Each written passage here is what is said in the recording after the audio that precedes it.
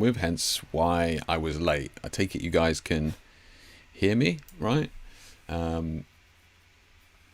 If not, just let me know. But yeah, but hopefully it should be. I got movement on the system now, so let's have a look. But yeah, how's everybody doing? Everybody's week off to a good start. Wayne, how you doing, mate?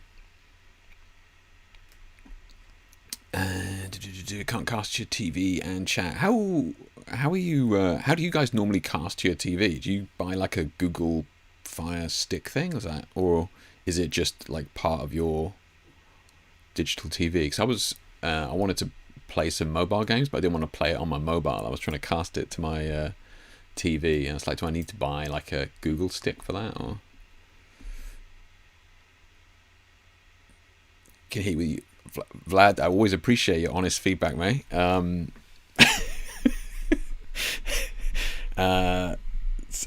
I do my best to keep everything minimal noise floor. Unless you're talking about my noisy dog on the floor, then that nothing I can do about. Vlad don't have a TV. That is yeah. So you just work on a monitor? That's nuts. That's crazy. Don't have a TV. Somebody else said this to me the other day, actually, and I guess I hadn't really thought about it, but yeah, I could definitely see why people not having a TV. Anubis, how you doing? Vlad, I'd made you. Can you see the fact that you've got like this spanner next to your name? So I did try making you a mod. Can you just try posting a link? Hopefully, it actually be safe link. David said that most TVs will recognize be a phone or laptop. Okay, gotcha. I've just got an old TV then. Right, appreciate it. Right, yeah. So Vlad, if you've got a Save for Work link, just see if that'll work. Just trying to get, because YouTube obviously seems extremely cautious about allowing anybody to post links. I get it with bots and spam and all that sort of stuff. So like it seems like the only way that you can allow people to post links, like David Webb here, for example. Let's have a look. David Webb report hide as a moderator. So add David as I forgot you guys can't see my screen. 2 seconds. Add David as a standard moderator. There you go. So David, do you have a Safe for Work link? I just want to see if that's working. Yeah, Wayne, yeah, mate, you got a long way to go. All right, you got a lot of work to do, but I think if you knuckle down, this time next year we could probably look at reviewing that. Let's see if my spanner allows me to post links. Amazing, mate. love it. So that. So can you see the spanner on under your name, or is it just me that can see who's moderators and that sort of thing? Mate, this is looking good. It's looking good. Look, I am a proud owner of these grain presets. I will recommend these. He's looking sexy, mate. Looking good. Nice. Okay. That's looking swish. Like it. 37 sales, mate. Nice. It's looking good. We got saturation roll off. Oh, now we're getting into the nerdy shit. Now we're talking.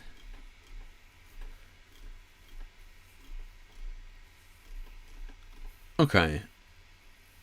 I might have to get you on one day, Vlad, and get you to talk through some of these things, because I remember you've been talking about this before. This before and after. I need to look at this because it looks kind of. What am I looking at here? I'll have to have a look at that. Film was like a bucket. Nice. Good stuff, buddy. Good stuff.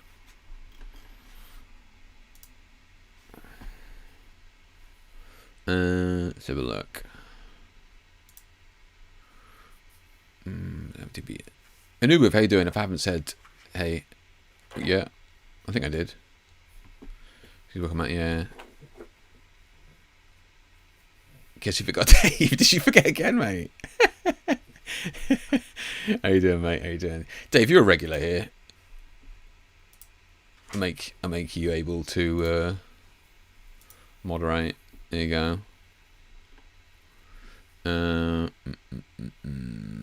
So you can now post links, Dave. Try and keep it PG. Yeah.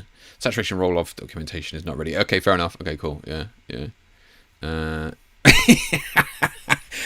Anyway, look, honestly, no judgment, but it has been noted. It did come up in the team meeting last week, and we all decided that you're just not ready. If you're not prepared to take color photography seriously, then I'm sorry. You go in the Wayne Khan bucket of needs further work. Yeah. Qualifications. Yeah, you got a responsibility now, Dave. Look at that spanner. That means something. Anubis, you are here regularly, to be fair. Yeah, Wayne pops in occasionally, so like. Right, that's enough. That's enough. Right, that's enough. No more. That's enough. Right. Right, let's have a look. What we got going on here today? Then let's see what we got. Can I pop this chat out? Did they fix that yet, or not? Pop out chat. Sometimes this works. Sometimes it doesn't. Oh yeah. Nice. Well, mate, we're practically professional now.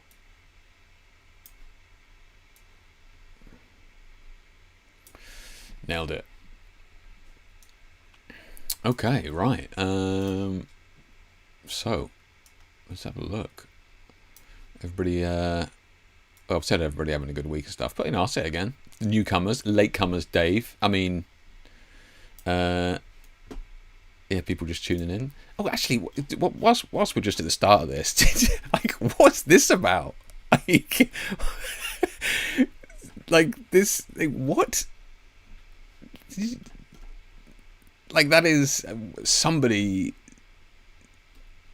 Like, I mean, come on. There's most of you guys in live chat have been regular followers of my work for a while now, and they know, like, if an image gets a couple hundred, 200 or 300 likes, that's cool. That's great. Like, this, like, what? Obviously, this image has somehow got into some algorithm somewhere, right? And I'm thinking it stepped into the kink land. It's been shared in there somewhere, but because it can't have been what I was. I mean, I was just talking about just me being ill. Let's have a look. I haven't seen this comment from Dan. Hi Joe, it's a great idea for a topic. I'd love to tune in to that. When will the live stream be? Here's my quick take from a technical standpoint. I think there are still foundational principles. This is good stuff, Dan. Yeah, it's good stuff. I might have to read of that in a second when we actually start. There's principles that get glossed over. People still need to learn. I agree. Still runs regardless of technology being applied, but also things that have nothing to do with the camera production skills. Okay. Yes, he's talking about the business side of things, which is good. Yeah. Professional image creator. Of course, I mentioned. So he spent a lot of money doing online courses, conventions, in-person workshops. I see the value in those today, but the bar is set high for sure. The overall experience plays into it too, which you certainly have an advantage there. I hope to catch the discussion next week. Yeah, man. Just in case he sees that. Right. So what's Dan talking about there? Dan's talking about what I was kind of asking here was a topic I want to just have a really kind of a discussion about. I'm sorry if you can hear my dog scratching the carpet. You'll get bored in a minute. The kind of talking about like modern education, right? How are we learning our craft today? Like, how are we getting better? How are we learning the basics, and how are we learning more of the advanced things? And this kind of stemmed from me questioning why we don't have as many household names anymore, right? Like, you think about it, we've got, the old masters from, Caravaggio, Van Gogh, Picasso, and then photographically we've got, Avedon, Henry Cartier-Bresson, Ansel Adams, right? Like huge names. Like and like household names to me are are people that kind of step outside of the field, right? All of us taking images. We've heard of Ansel Adams, right? When we get into other, none of us are into fine art as much, or like oil painting, but we've heard of Caravaggio and that sort of thing. So household names to me are names that kind of stand out of their field. So like huge names. But are we going to have those kind of names again in the next 100 years, right? Who among us at the moment are we going to, look at in 100 years and, hold up as this was, benchmark ingenious at the time. So I kind of want to get into a little bit of that as to and to why I think that may not happen in the future, right? We may have seen the death of household names, so we kind of get into that in a bit. But the other thing we're going to be doing today is obviously going through your images. If you've just tuned in, then yeah, make sure you go back to last night's post here. So this was posted last night, this image, and then in the comment section of this image, you can post your shot, right? So images that you've been working on recently, share those, and I'll kind of bring those up, pull a few into Photoshop, maybe have a little bit of a play with those, and yeah, take it from there in a bit. Right, let me just chat what we missed. Let me just check what I'm missing here. Can we take a second and click on the profile picture and see actually active on YouTube for a while?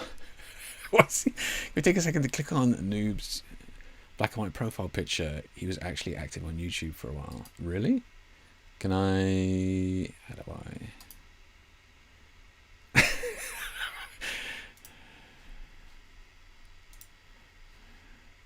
Can we? So what are you saying for that? Are you saying that he's aged since then? Like, what are you saying?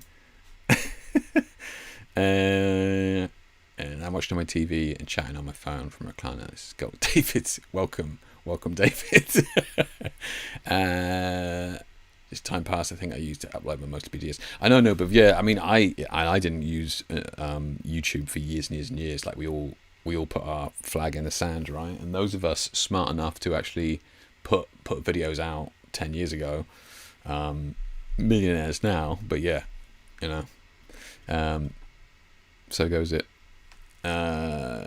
Dave says Sophie Lloyd shots would have generated some through traffic, Jake.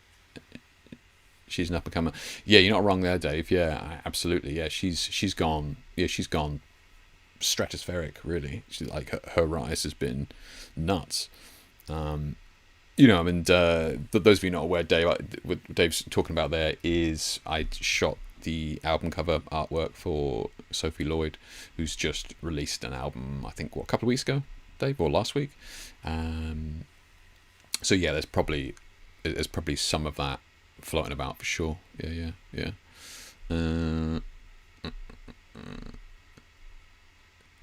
Jake Kinks for talking.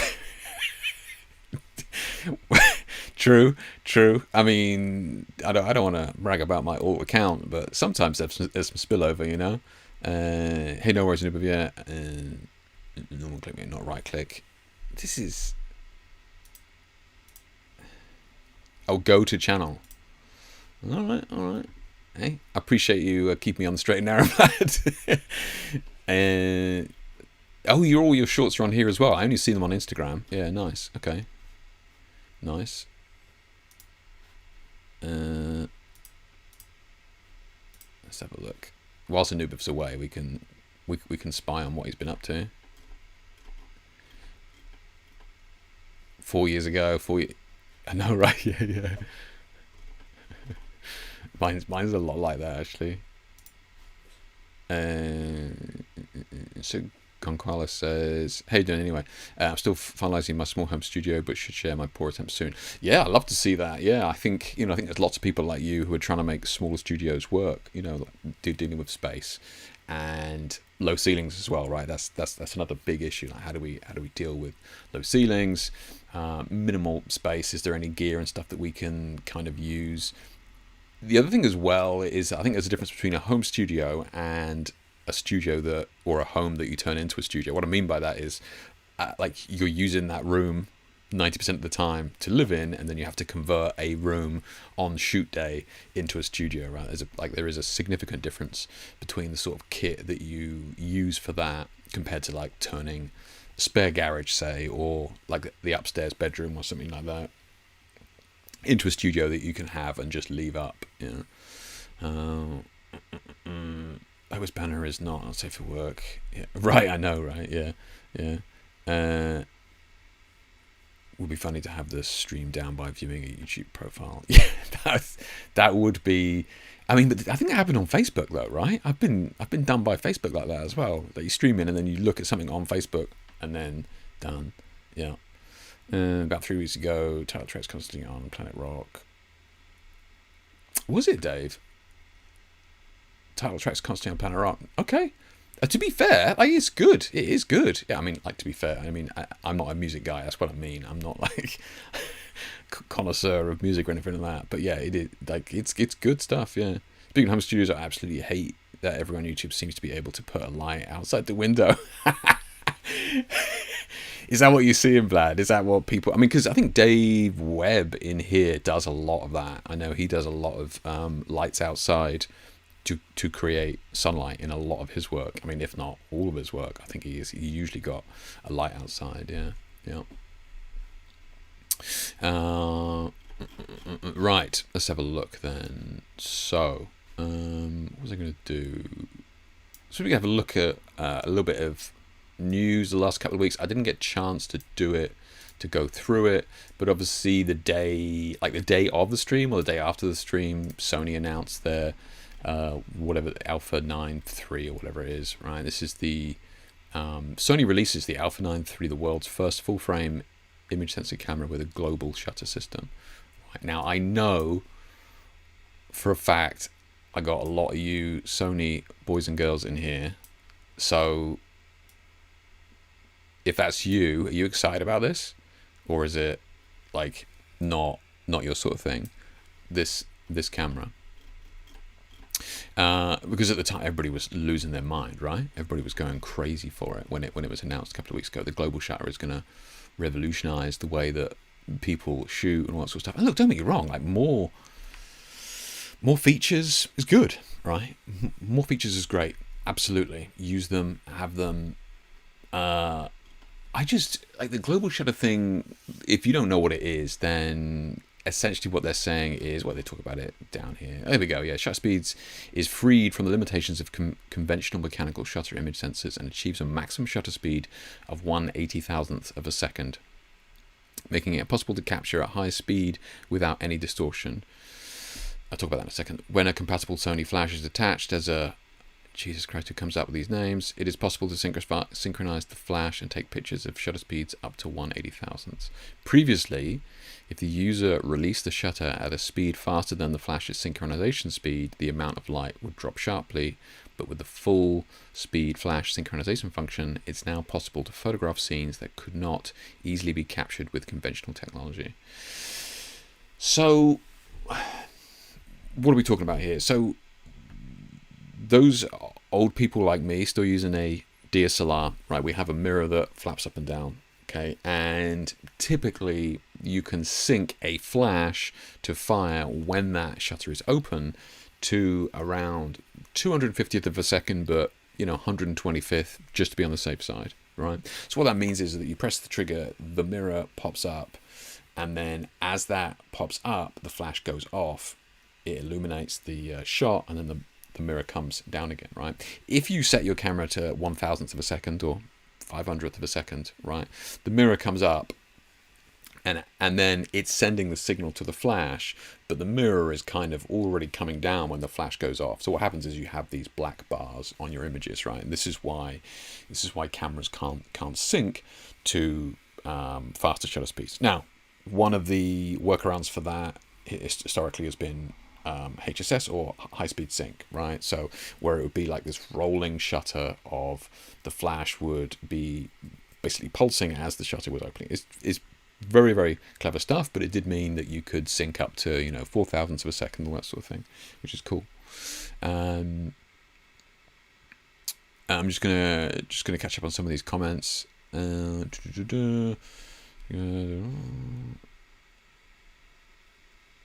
gonna come back to these in a second. I'm just checking to see we're not talking about Sony. Nigel, how you doing, mate? The new A9 is great for sports, wildlife, and rolling shot for video. Okay, I don't shoot sports or wildlife, and I'm not shaking my camera around it. Okay, yeah. So like Dave says, like it's cool, but it's nice, but like for the type of work he's doing, he's not going to be utilizing some of those features. Typical Sony, they will do something new and then get copied and beaten. But yeah, great for long-term fare. It's also how Apple incrementally improves each. Yeah, no, I agreed. Yeah, that's good. Yeah, agreed. Do they also get red every few seconds? Are you talking about the lights?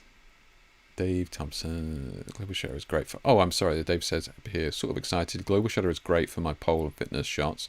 So, those of you who don't know, Dave does a lot of fast-moving, pole work. So, the girl's moving very quickly on the pole that he's trying to capture. So, yeah, I mean, essentially sports, right? It's the same sort of thing. I mean, they're probably moving faster than a lot of people sports-wise, especially at the outer reaches of the spins and stuff.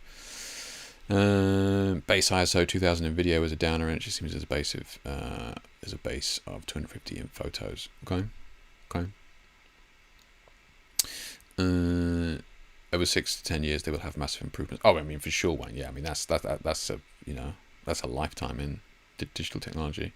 Dave says 80,000 is great on paper, but actually using it in the real world, not enough flash power. The side of 5K lighting setup. I'm more excited about some of the tech trickling down to the GPU. So exactly. So Dave and Wayne are kind of saying similar things. Yeah, it's cool, but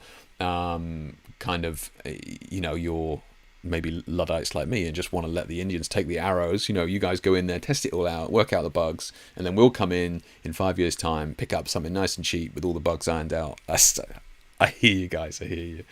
So coming back to this like global shutter thing, then. So what they're saying is, and like this tech has been around before, but Sony is obviously marketing themselves very, very well with it. But what's happening here is that the shutter is kind of turning on the electrics of the sensor simultaneously. So all the pixels will basically turned on to receive light at the same time. So you're not waiting for anything to move, or you're not previously they were turning on pixels in kind of rows. So again, you would be like the top of the image would, like the top of the sensor would see the image before the bottom of the sensor, right? So if you had like a train moving past, what happens is that like a train would look like it's like got diagonal lines, because as the train is going past, the sensor is tracking it, right? So this global shutter means that the train is captured instantaneously because it's an electric shutter. So cool.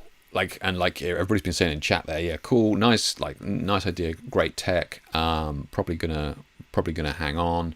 One of the other reasons for that, like how much is it? Like $6,000. This thing, did I see somewhere?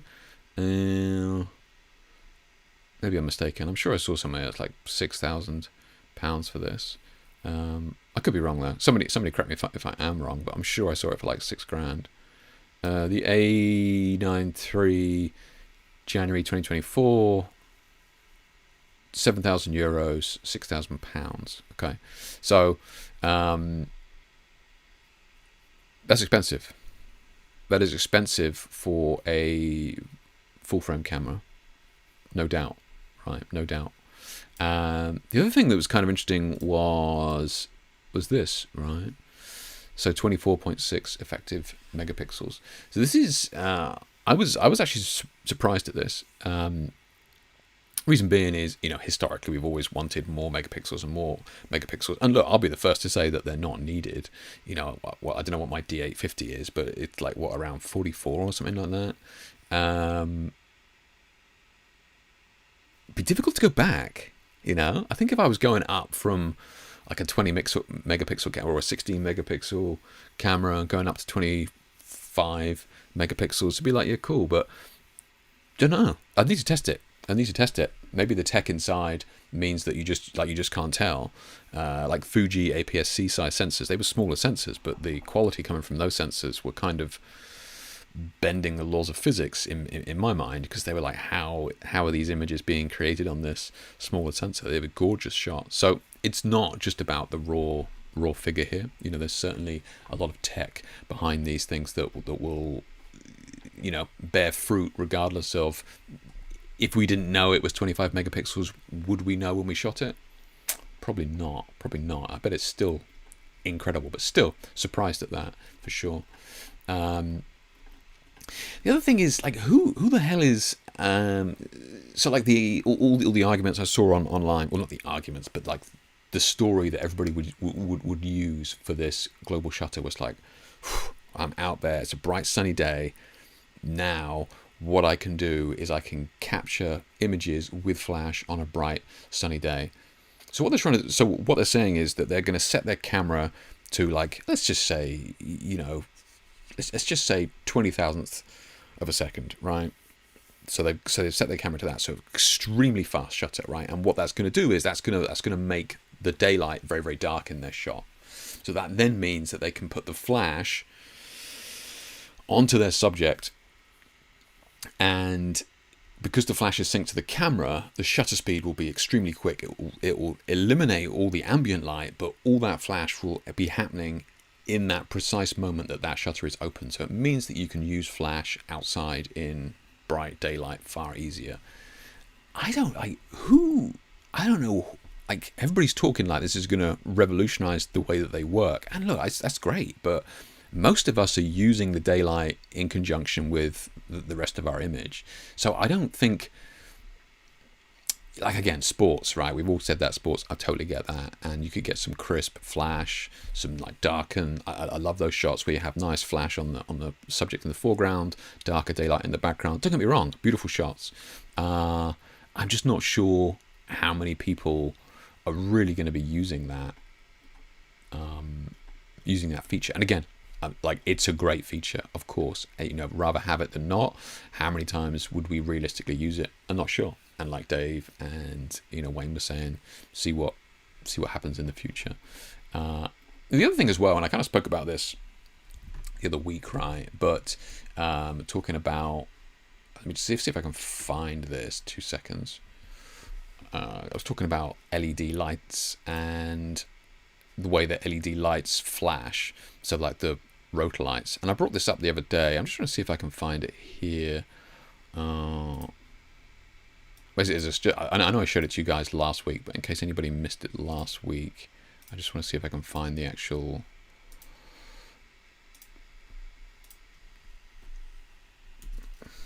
slide. So yeah, this is a slide that I kind of showed you guys last week, and this is metal ball bearings bouncing on a metal plate, and this is a flash. So this is a strobe.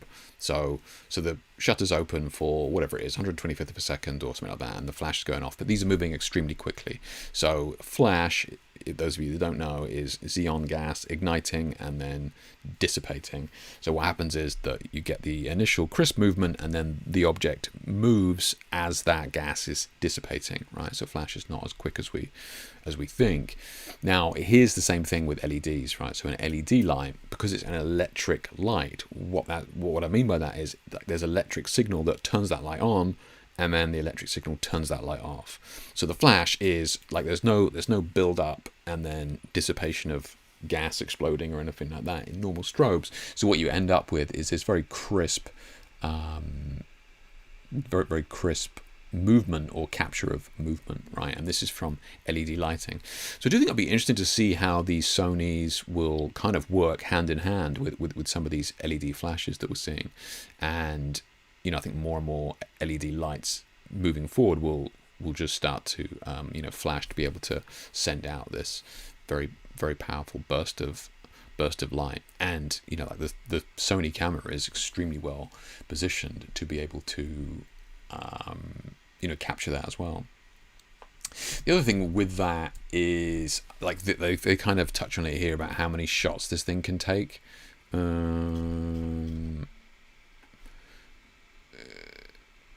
So So 120 frames a second, high-speed shooting. So that's a lot of frames. Like, that's a lot of images. Now, the other major benefit that LED lighting has is, and I know the marketing, spiel is, zero recycle time on their flashes, but that's because it's an electric light on and electric light off. So in theory, yes, that can be coming on and off and match this 120 frames a second, which strobes can't do. There's just no way. There's just no way strobes are going to do that, right? I don't know what the fastest strobe out there is, but it's not doing that. LED lights could comfortably do that, and they could comfortably do that for probably a decent amount of time, right? So again, we're seeing this digital tech in cameras, and we're kind of seeing it now, come hand in hand with the digital tech that is coming out with the LEDs. So it'll be interesting, yeah.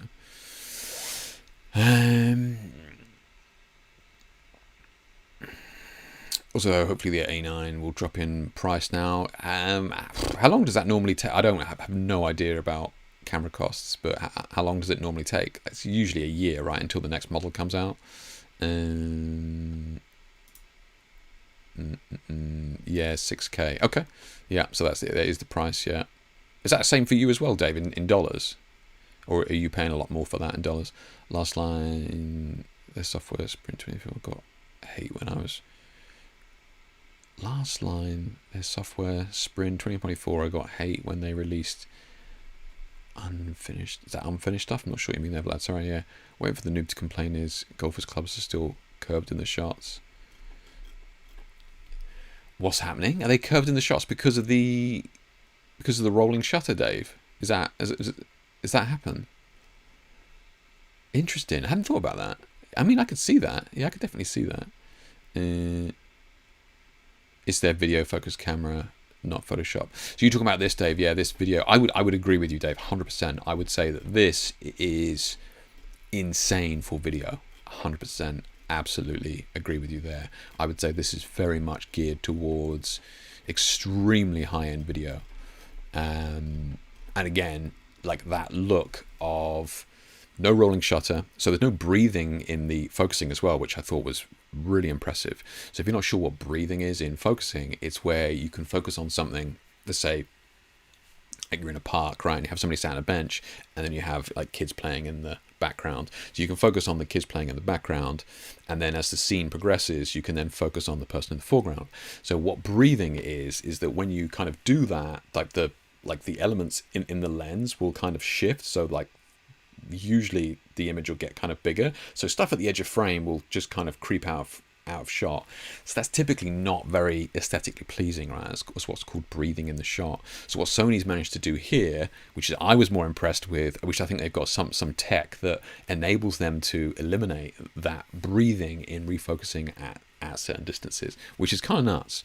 So again, I think there's a lot of video features within this that are just going to be huge. Like the no rolling shutter for video is a huge signifier of a great looking video, right? If you see something that's straight and it's kind of wonky, you know how fastidious I am about wonky lines in stills. Well, if you see that in video, it's just kind of a trigger of it just being a little bit, not cool. So again, like this rolling shutter, this global shutter will eliminate that wonky lines and stuff. I shot on a Sony 12 megapixel last year, found myself zooming in, I see pixel territory while editing a lot.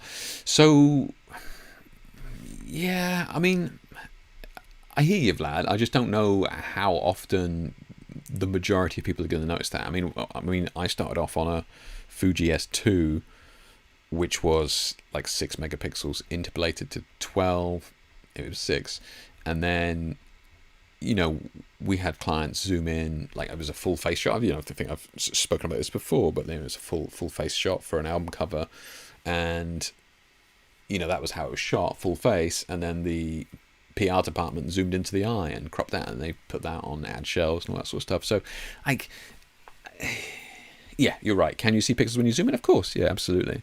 I just don't know it's as big of a deal as historically we've kind of made it in the last 10 years. Yeah.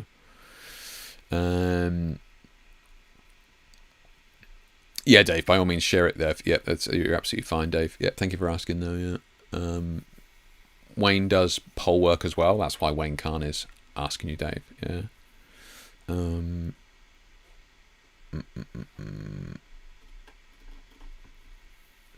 Got you. Well, I mean, like the red cameras. Right? Is that what you guys are talking about? The red cameras. So everyone excited to get a huge pitch black space to put their subjects in.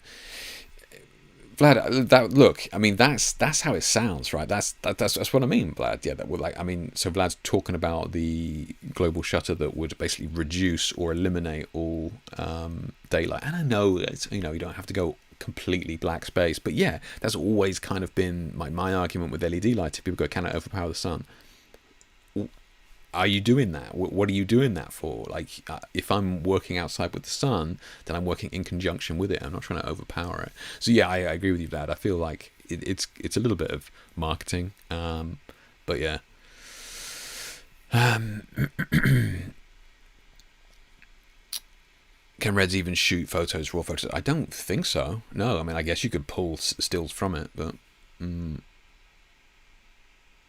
The elimination of HSS is nice, saves battery life on flash. That is true, Dave. Yeah, HSS does soak up a lot of battery power. Yeah, absolutely. Yeah. Like I say, it's like it's a great feature, and when it trickles down to other cameras, it's going to be nice to have for sure.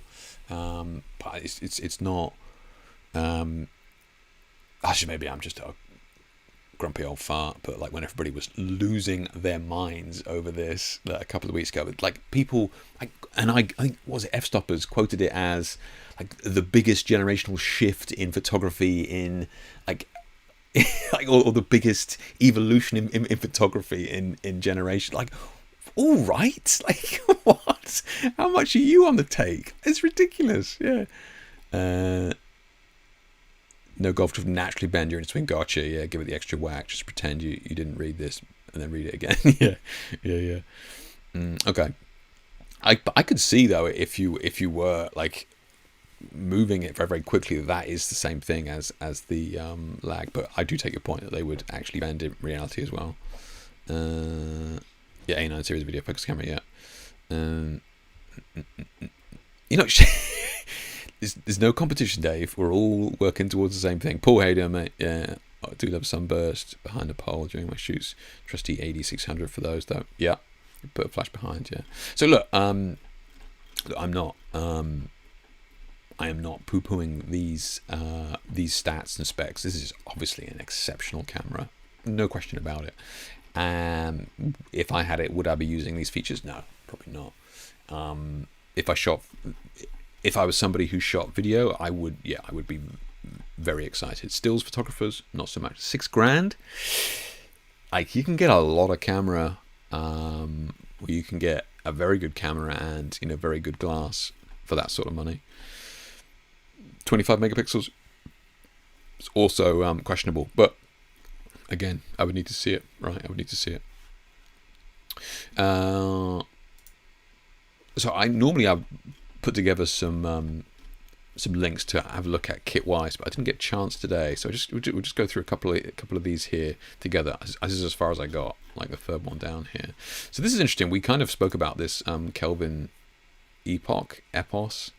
We spoke about it a couple of times actually, because it was announced earlier this year, or we saw, I think like maybe late last year, so early this year. It's interesting, this Kelvin company, and again, 300 watt LED, but centralized LED. So SFIT modifiers, which is cool. 300 is expensive. $2,500 is expensive. And Udi's the boss behind DOI Photography. Those of you that don't know, did an excellent video on the light here. Extremely thorough. No fluff, no drama. Just really really detailed. And if you're nerdy about lights, Udi goes into extreme detail very very quickly and moves on. So it's not very very, very good video on the light if you wanted to check it out. But absolutely interesting, light here. And the reason I kind of brought it up, because I thought it was, it looks kind of interesting and new as well. It got a couple of nice features that I thought were kind of cool, like cable carrier on the arm there, degree viewer here on the actual yoke as well, which is kind of cool. It comes out with a pop-out spigot there on the ballast that you can just whack into a super clamp, so you can just put that on the side, which I thought was kind of cool. The thing can just sit on the floor, ballast can sit on the floor. A couple of really nice features there as well. This is kind of interesting, right? It's kind of interesting. So this light uses what, RGB, and then what is it, lime? What are the other three colors? I forget now. RGB, what, lime? What's the other one? The other ones? I forget. I'm sure he speaks about it, but anyway, so it has RGB and then like three kind of secondary colors. So lime, amber, and I forget what the other one is. It's terrible, really.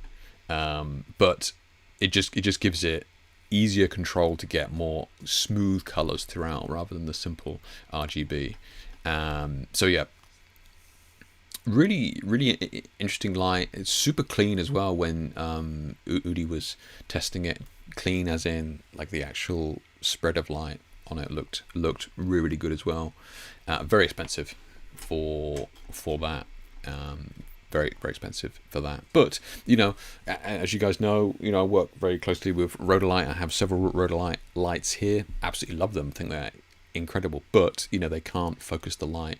I can't put spots and snoots and spotlights and anything that's going to channel light into a small area. So I'm always kind of looking at these lights that have these S-fit attachments like this, and yeah, like this light is certainly growing on me. And Udi goes into detail about the quality of the color and white light in here as well. So if you don't know RGBWW, so this is again giving you a cleaner white light. So it's like, as we know, when you mix red, green and blue you get white, but it's not always that clean. So what the WW is basically a warm white and a cool white, and that enables you to get some extremely high quality white light from that. So this is a serious piece of kit. Very, very high quality, not only in the way that it's made, but in terms of the quality of light that it's putting out. Seems to be very, very high as well. Like, so CRI here of 97.7, so very, very high. So something to keep an eye on for sure. Yeah. And by all means, check out Udi's video there if you're interested on that light or the technology in that light, because I think it's certainly something that I think we'll be seeing more of. Let's just have a quick scooch through here if there's anything that we missed the last couple of weeks. The most advanced camera trigger. All right, I'll just quickly like how advanced can it really be? Oh, I have heard of this actually. Yeah.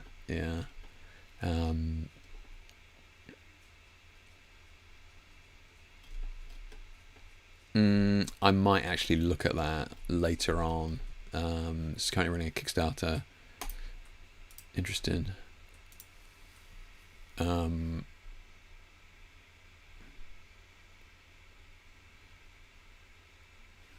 Okay, I mean, they seem to be smashing that. Jesus. And then you got 250,000 there, and and they still got just under a month to go.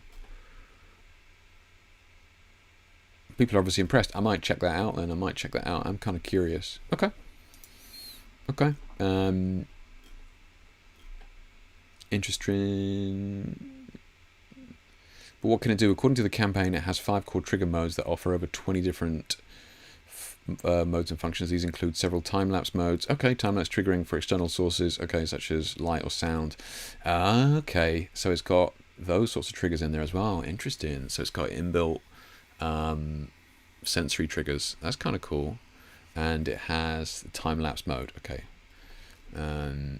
Interesting. Yeah. So the editor here is obviously very impressed with the time-lapse mode. I don't think I would use that. I could see how sort of scheduling in a flash trigger for time lapse could be useful. Oh wow, yeah, okay. Ah, I see.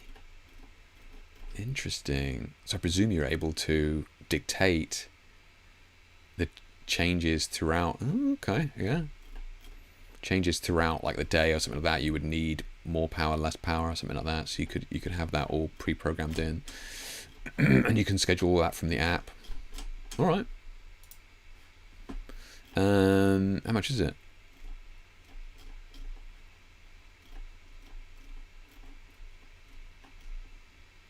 Super early bird solo kits. You get one for $200. They're looking to charge $370 afterwards for this. That seems steep, right? I mean, okay.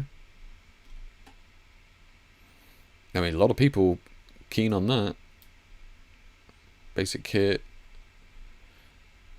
I mean, this is what people are going for here. So 239. You've got 500 people. It might be worth a look at. Yeah, might be worth a look at. If anybody's got any mods, if anybody's got any links that they wanted to share, like of kit in the last couple of weeks, then let me know. Yeah, I'm Sony fanboys will get excited by all the facts and figures coming out, the new A9, but when you get down to what you'll actually use it for, yeah, it's basically look what we can do now. Yeah, that's true, Dave. Yeah, I mean, I think, and I know, you know, both yourself and Wayne have kind of mentioned this, but it is this like early promotional model almost, and then, you know, features I'm sure will break off and trickle down. Yeah. Rather have an FX3.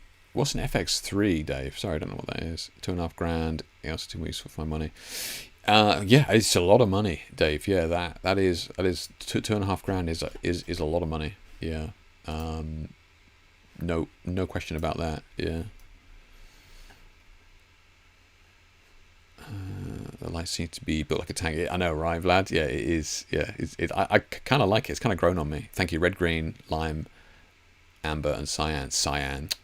Thank you. Yeah. I have no idea what you do, but I bet my router can do more.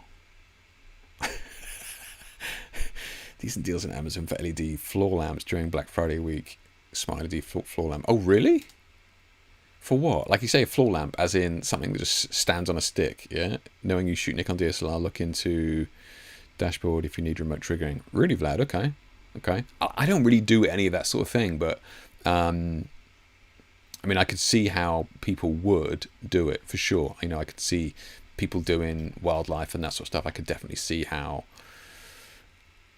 like audio, right? I could definitely see how something going through a gate or something like that could, you know, be triggering shots. And you know, I could definitely see how it would be useful. Not for my sort of work, but yeah, going to need a bigger light for that bridge line. Yeah. Where was that? Yeah, no, I did. I did see that. What was that down here? Yeah. Yeah.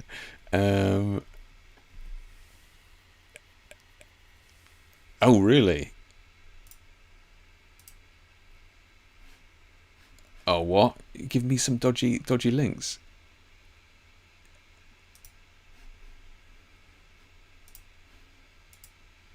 Was it the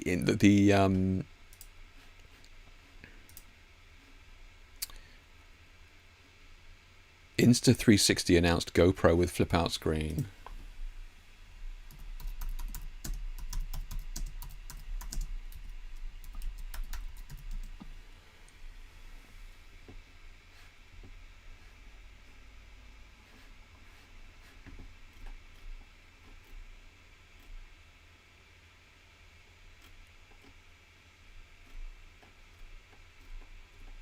Oh, there you go. Look at these YouTube videos, man.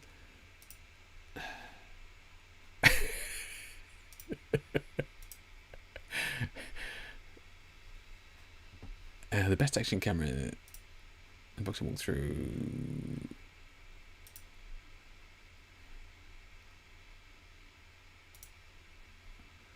Oh, what for? Oh, so you can flip it and look at yourself whilst you're filming. Like, what happened to GoPro, man? Oh, there you go. Okay. How much is this, Vlad? Did you see? I mean, it looks cool. Yeah, how much is that?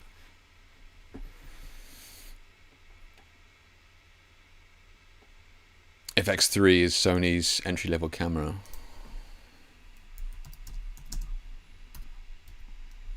Love doing these streams, man. I learn so much from you guys. This is the entry level. The entry level, is it? $4,000. Oh, this one. Yeah.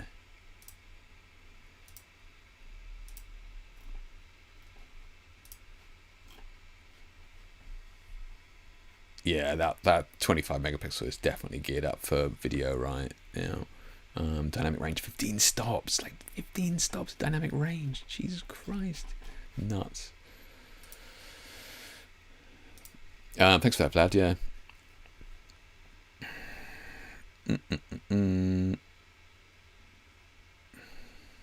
Oh, you use it. Oh, okay. You use it for your selfies and stuff. Okay. QD SLR. Yeah. YouTube short me link. Yeah, no worries. Insta360, another brand. Okay. The Insta360 has a Leica lens, bigger sensor than GoPro. Is really nice.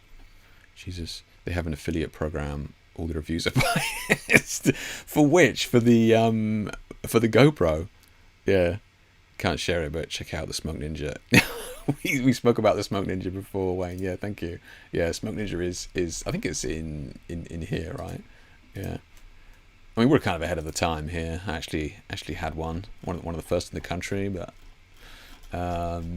even showed it on stream.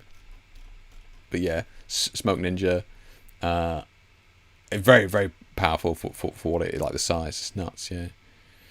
Can't show it. FX3 was Sony was associated with cinematic. If it was Sony wants us to associate with cinematic look. Okay, I have to look into that, guys. That's interesting. Yeah, I wasn't aware of its cult following at all. Yeah.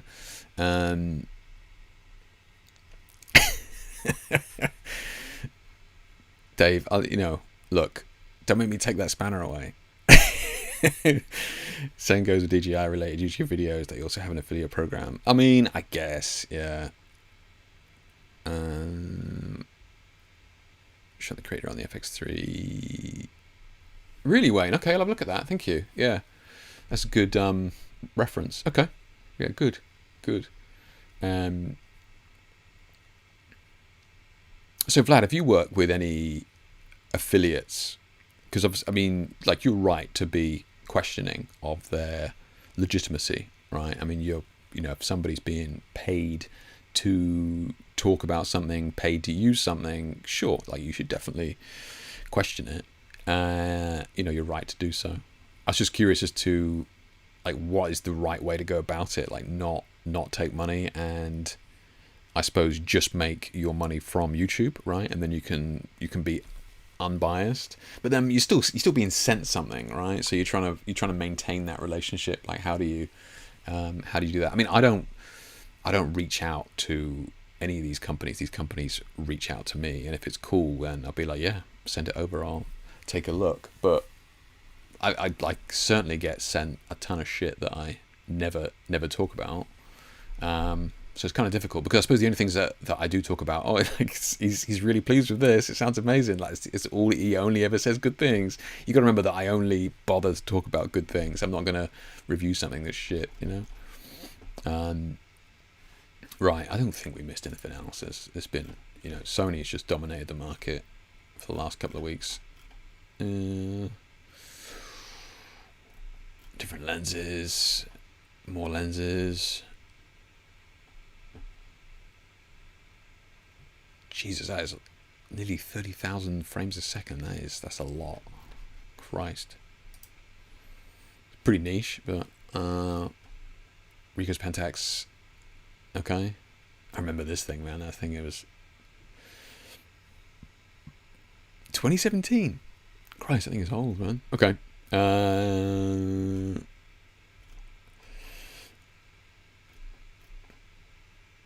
Nothing crazy here. It seems a lot of these, like, mini LED lights that I keep seeing popping up. I don't know who's using them. I suppose like vloggers and that sort of thing are using them, but like LED lights just getting smaller and smaller and smaller. Which is kind of weird to me, because that seems counterproductive to good light. You know, we're just getting closer and closer to speed lights, which are horrendous. I just find it weird that there's so many companies bringing out smaller and smaller LEDs. Like these are funky looking. The hobos. I've seen these a few times, and they look kind of cool on set, but I presume the quality of light is absolutely horrendous because they're so small, right? It's tiny. Like I said, like they're cool, but I presume they're just for Instagrammers and stuff, right? Small rig again, like small rig. I mean, that's small rig. I mean that is their niche. I get it, but yeah, tiny lights. One-handed operation. Is that really a feature these days? I can use it with one hand. Right, there's nothing else there.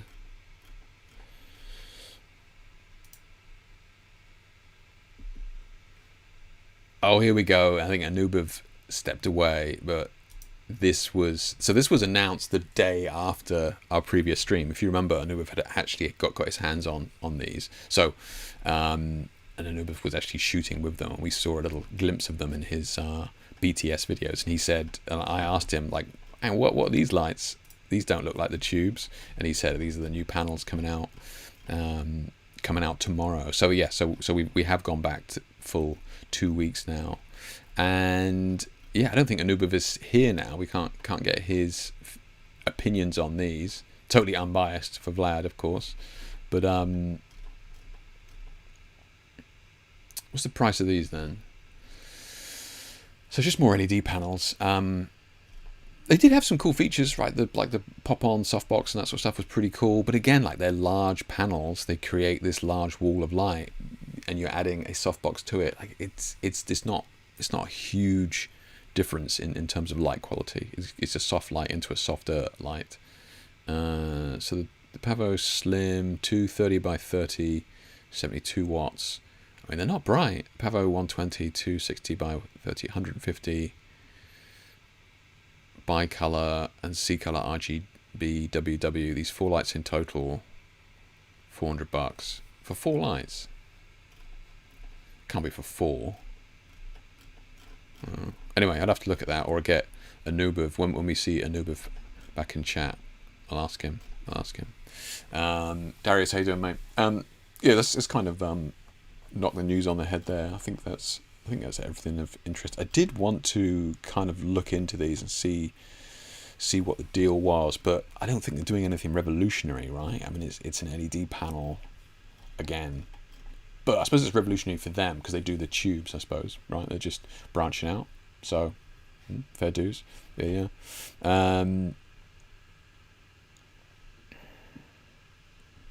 You don't have to be paid, but if I make my money based on how many of you buy my stuff from the link in my video description, we'll say bad things about the product. Okay, Vlad. So yeah, okay. So that's your kind of distinction. So if you've got an affiliate, I see what you're saying. When you refer to somebody as affiliate, they have an affiliate link, and you directly profit from those sales. I totally see your point. Yeah, no, yeah, I totally get that. Yeah, as opposed to just doing a review and then sending it back and that sort of thing. Yeah, that's fair. That's fair. Yeah. Paul says, I don't know if you spoke about Canon's new 24 to 105 2.8. Looks interesting. Oh, really, Paul? Really? Have you got a link? I'll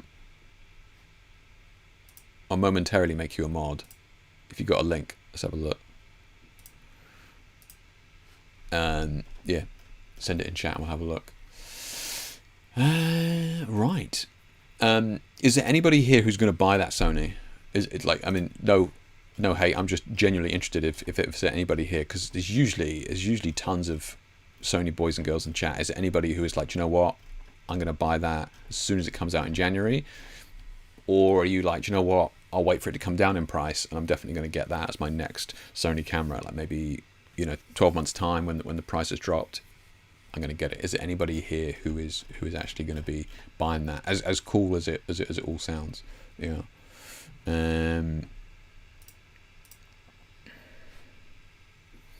So how much is this then? Have we got a price in here? Pre-order. Professional 24 to 105. I mean, that is a beautiful zoom, and a 2.8 throughout.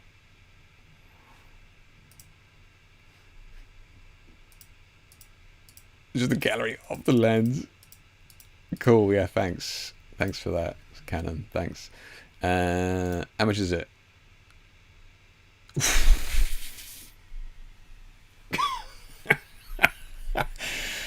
Man, that's brisk. That is bracing. Well,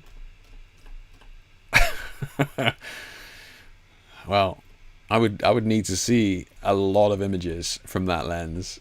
In fact, I would absolutely, for something like that, I'd probably hire it for a shoot, test it out. Right, that's a lot of dollary dues. Yeah. But thank you for posting that, Paul. Yeah, you getting it, Paul? You interested?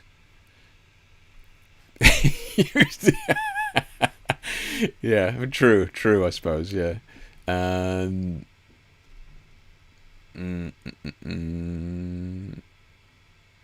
But thank you for sharing that, Paul. Yeah, I would prefer the X company paid me to talk about this thing approach. Then here is a link to buy the product I reviewed and get a cut. I would prefer to be X company send me. Oh God, I thought you were talking about X as in Twitter. Then I was like, what? You want that idiot to? Yeah, no, okay, you just X company. I get it. Yeah, pay me to talk about this thing and approach. And here's a link buy the product I reviewed and get a cut. Isn't that the same thing? Here's a link to buy the product I reviewed and you get a cut. Oh, then. Okay, gotcha, yeah. So you just want, right, so I'm going to review this. Okay, so you just take, so you take the review as a job and you bill the review as in, yeah, it's going to take me a couple of days to do, yada, yada.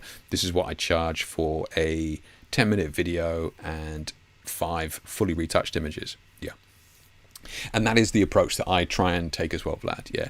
Mainly because of like affiliate links is like, you know, you can do a lot of work and you can make money for sure, but you can also do a lot of work and make sod all, you know, because you don't know how many other affiliates have the same lens or light and that sort of stuff. So yeah, I would agree with you. You know, if it's something like that, spend a bit of time using it, then sure. And I've done that in the past. But for the most part, I usually just get the product for free, and they usually are pretty open about it. They go, look, test it out, play with it, let us know what you think. And I'll be honest, if it's something like that, I will be honest with them and go, yeah, this is not for me. I'm not going to be speaking about this to my audience, and you know, no offense, but it's not right for me.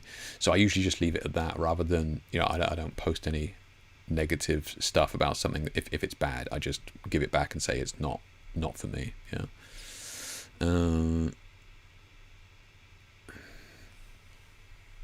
Dave says no, A9 for me. Lights are next. Yeah. What lights you getting, Dave? Yeah. I'm used to be price lenses. No next camera will be within a backup video. Love the focusing on the A9 series flip screen. Okay. Good points, Dave. Yeah, all good. Yeah, and I would agree. I can see how they would be huge benefits for your work. I mean, like, the focusing thing is nice, right? The focusing thing is nice. Paul's not getting it now. And keep my old A7 II doesn't autofocus in low light for some time still. So you're still saying that your A7 II doesn't autofocus in low light. So we've been on, or I've done countless workshops over the years, and I will say that was something that we struggled with attendees focusing in low light. So those of you that know, you know, I've got some flashes here. So the workshops I did years ago, the flash from Bowens, and they had LED modeling bulbs, and those LED modeling bulbs were not particularly bright. So being in a very dark room, our eyes would be able to see the modeling bulbs, but once you bounce it into an umbrella, put like a heavy gel in it, you've lost a lot of power. So like, they weren't particularly bright, and I did did regularly come across Sony attendees struggling to autofocus in those low light conditions, which I didn't really see as low light, but still, that was a couple of years ago now. I'm sure it's come a long way since then. Yeah. You're not buying it, Wayne. Yeah, no shit. Yeah. I got asked how much I'd charge to talk to a guild of photography meet. Took me completely unaware, so just told them to provide the copy and the biscuits. Nice. Hey, Dave, look, absolutely. You're giving back, sharing your knowledge. It's not always about, the money. Sometimes I've certainly done, talks in schools and that sort of stuff where it's, you just going, giving back, helping out and that sort of thing. It's, it's not always, right. If a big company asks you, that's different, right? It's completely different. Yeah. I've not long had my A7 V. Yeah, true. Yeah. Also shooting with A7 II. It works for now, but can't wait to upgrade, but only to the A7 IV. Okay, Paul. Yeah, nice. Yeah. Haven't decided, but probably going to be Nan Bro. What, Dave? Unbelievable. Christ, mate. You think you know somebody? That price is another big reason people are going to Sony for third-party lenses. Is that right, Wayne? Is that? Are you seeing a lot more of that? I don't know anything about the Sony third-party lenses. Obviously, you've just jumped in with Sony relatively recently. Are you seeing that you can get a lot of cheaper lenses that are still extremely good quality for the Sony compared to, because I know you used to be Canon.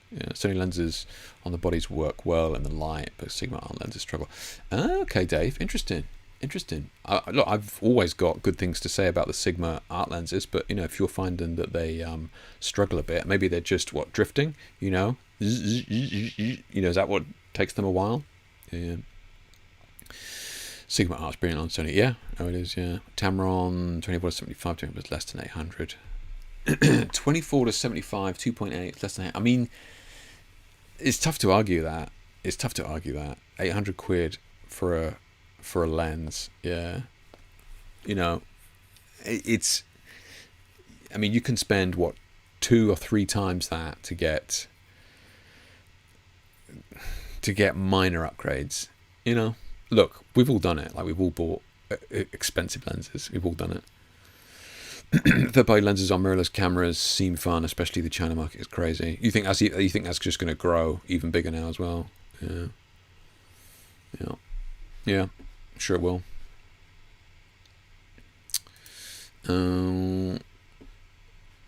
Seen good things about that Tamron. Okay. Yeah. I mean, the client won't tell the difference, Paul. No, I agree. Absolutely. Yeah. 100%. Yeah.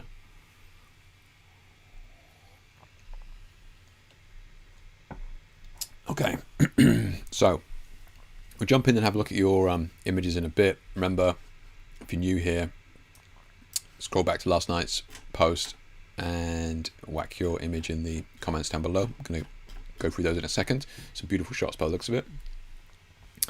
I just want to have a little bit of a chat, and really this is kind of, I'm working on a article. It's like a personal article that, sometimes as an artist you get ideas kind of stuck in your head, and sometimes the best thing is just to kind of get them out there and move on, right? Put it to bed and then move on to something else.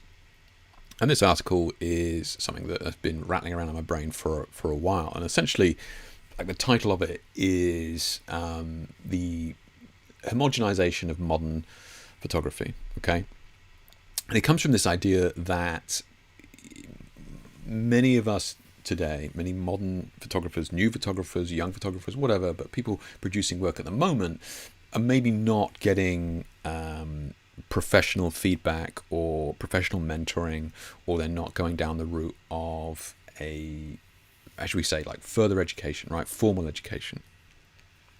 And so what I mean by it, like going away to, art college, university, or something like that, studying, and basically learning under other professionals. And, maybe that's mentoring as well, right? Maybe, working under somebody, who is a generation or two in front of you and learning from them, learning their kind of ideas and that sort of thing. Is there anybody in here who has, Brett, hey there, mate, anybody in here who actually took formal education in some form or another, right? So what I mean by that is, so that doesn't include like self-taught. And when I mean self-taught, I mean like YouTube, right? Or that sort of thing. So, have you taken that extra step and got any formal education from either, university, college, mentoring, that sort of thing? And to give you, my background, that's what I did, right? 20 years ago, whenever it was, 20 plus years ago, 1998, I think I went to art college, did my BA, and I was taught by the previous generation, if you like, and there was a couple of benefits that I genuinely feel that I still reap the rewards from even today. And look, I can go even further back than that. And I went to originally, art college, classically trained in, like ceramics, textiles, fine art with regards to, charcoals, oils, graphic design even. Like we did this whole gamut of different artistic disciplines, right? And there's a huge benefit, in my opinion, there's a huge benefit to kind of learning like that. And one of the biggest things for me is that it's kind of scripted with regards to what you're learning next, right? You have this curriculum and you're following it. Now, not everything is going to be perfect for you. Not everything is going to be geared up towards exactly what you want to do. And this is where I think was really important. So I hated ceramics. Right, I detested it, and but still did it, and I didn't really think I liked fine art particularly either, but I got into it. Right, I found it pretty interesting, and I didn't have any passion for photography, and then I kind of got into that, and it was kind of GG's from there on out.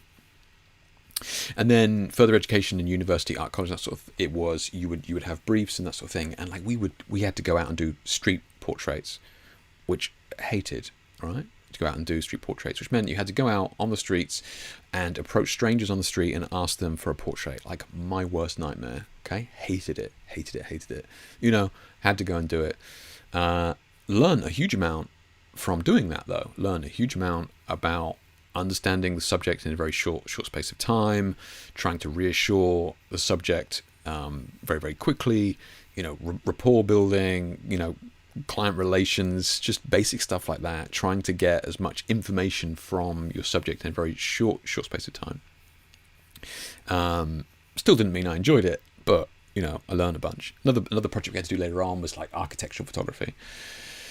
So you have to go take, those of you that don't know, you need like a 5.4 large format camera, which is like a huge camera, but it has bellows between the actual lens and the film plane. Right, so the bellows are like concertina, and basically you can adjust the film plane and the lens independently, right? So all of these planes can be shifted independently, and that's how architectural photographers, photograph a building from on the floor, looking up at a building, right? You have these converging lines and all that sort of stuff. You use this camera, the bellows, to basically correct perspective, so you can actually take images of buildings from the floor without it looking like they're falling down.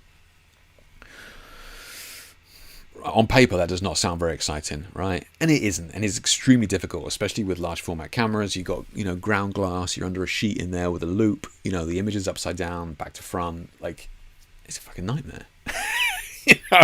I don't wish that on anybody. But you learn an awful lot in a very short space of time, about perspective and parallax and tons of things that I would never learn had it been up to me. And the point that I'm getting at here is that higher education, formal education, and mentoring, these aspects of teaching are kind of geared up to force you or encourage you to do areas of photography that you may not think you're interested in, right? Because you can learn a lot from doing things that you're not interested in. There's tons that you can learn from and extract from, implement in other areas and that sort of stuff. So there's a huge amount to be learned from doing things that you don't think you have any interest in. And that's kind of why I was bringing it up here was because that's not something that tends to happen when we teach ourselves, right? We don't know what we don't know. So we're going on YouTube and we're just Googling like the next cool trend to look at. We learn that, and then off we go. So what can happen then? What can happen when this starts to happen is that we all start like doing a trend, right? And then we all start copying it and replicating it and going off and doing that. There's nothing wrong with that. If you're enjoying that, it's absolutely fine. I'm talking about artists and how we can, really kind of stand out and do something, different. Artists have to kind of take risks. They have to kind of break the mold a little bit, and kind of step outside of the norm to create something that is truly artistic, that is really going to stand the test of time, but really kind of say something about where we are at the moment. So I just want to catch up on a couple of these comments. So David says, I took photography class in college. Okay, so you had formal education there. If you don't mind me asking, Dave, what age is that? Is that 16 to 18? Or Vlad says, I went to a prep for course for photography university, but I don't smoke weed, so it didn't fit in, so decided not to go to that university. Okay. So you kind of went for a preliminary course at that university, didn't really sit well with you, so you decided to go your own way with that. Okay, that's cool. Yeah. Canon aren't letting third-party lenses in the mirrorless yet. Sigma is amazing. Gotcha. Okay. Dave says we used antique film cameras, used black and white film. Okay.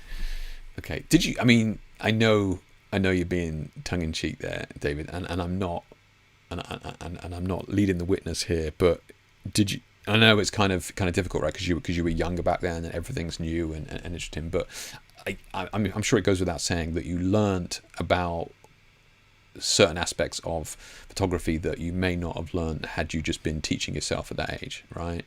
Because that probably didn't. You're not like, oh yeah, that sounds really cool. Antique film cameras sounds awesome. I can't wait to Google YouTube for that. Dave says workshops for lighting, second shooting for experienced togs at weddings, getting into groups that contain togs. I looked up to, no formal schooling as such. Okay. So Dave says that he was actively sort of searching out other like peers, right? So people of like similar groups of maybe a similar skill set. So photography groups are great for that in terms of getting inspired. And I would always encourage that if you can, if it's your thing, like all those actual in-person photographic groups, or before COVID, we used to actually do meetups and stuff down here, and you would chat and hang out and that sort of thing. But bouncing ideas off somebody else and chatting about things is you just kind of learn and get inspired so much quicker than doing it online. So yeah, I think that's great. The only downside of that is that you're doing it with your peers, right? So you're kind of all rising up together, as opposed to, formal education where, somebody who has 20, 30, 40 years of experience on you is kind of imparting that knowledge down, as it were.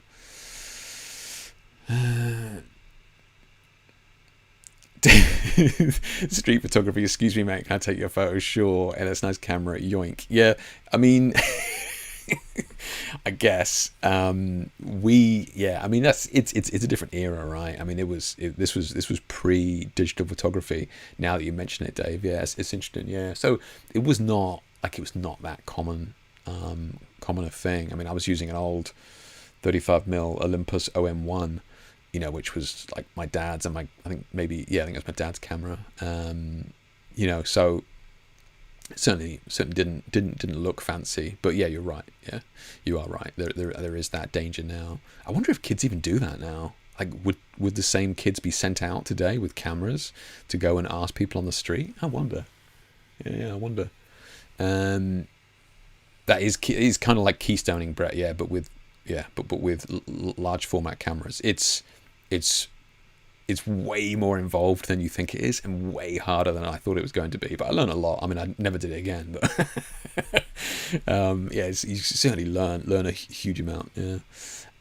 Jake, naive question, but who does the styling for your photo shoots? It really depends on what it is. Sometimes there'll be a stylist there. A lot of the times, I'll work with a fashion designer, and they'll send me the outfits in the post beforehand, right?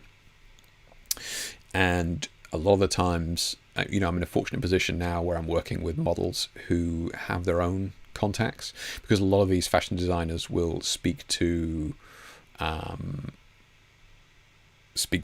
models who have influence online and that sort of thing. So it's far smarter for them to actually send out pieces to the models who are going and shooting with people, because that means that they get tons of images, right? So the fashion label will have tons of images and like very minimal work. They just have to send out a couple of cool pieces to the model. They get to keep it. They take it to their shoots.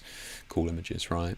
So you'll see a mix of that. Either, like I said, reaching out to the designer myself and then posting me the pieces that then get posted back. A lot of my work is like that, or a lot of the time this one here was like that. The model gets a lot of pieces from this designer, and then she does shoots and that sort of thing. So the obvious next step then is, if it's like editorial, it used to be you would work with a fashion stylist. Editorials are few and far between now, so fashion stylists would then be pulling items from various places, whether that meant that they had to purchase them and then return them, but yeah, that's what a good stylist would do. Yeah.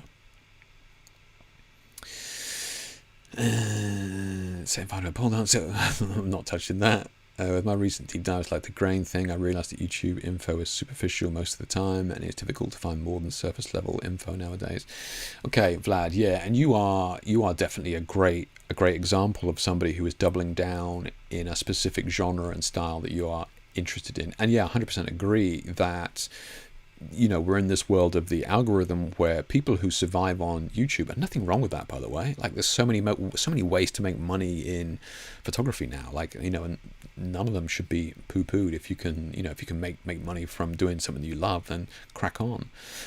But sadly, it does mean that for the most part, videos can be knocked out.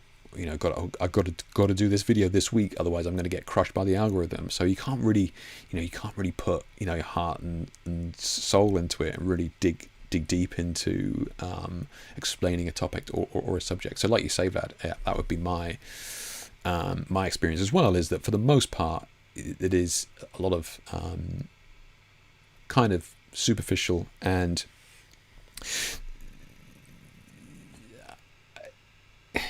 this was a trigger for me. Last week, whenever it was, a couple of weeks ago, I was watching a live stream. I tuned in, and it was it was a guy in a studio, and he was talking about talking about his lighting and that sort of thing, and it was horrendous. And I'm not talking about, Jake, maybe you're talking about the rule of thirds. It's very subjective. It's not really a rule to be, I'm not talking about me moaning about rule of thirds or whether the shot was a bit wonky. No, I'm talking about the key light being like 1 or 2 stops overexposed. Like, I'm talking about the hair light being below the shoulder. I'm talking about basic stuff that should not be being shared with new people who are trying to learn, right? And it sounds super arrogant and super snobby, and I'm trying to be careful with my words here, and I'm trying to be respectful, because like I said, everybody should make a living out of something that they love doing. It's absolutely fine. I do have an issue with people just sharing bad information though.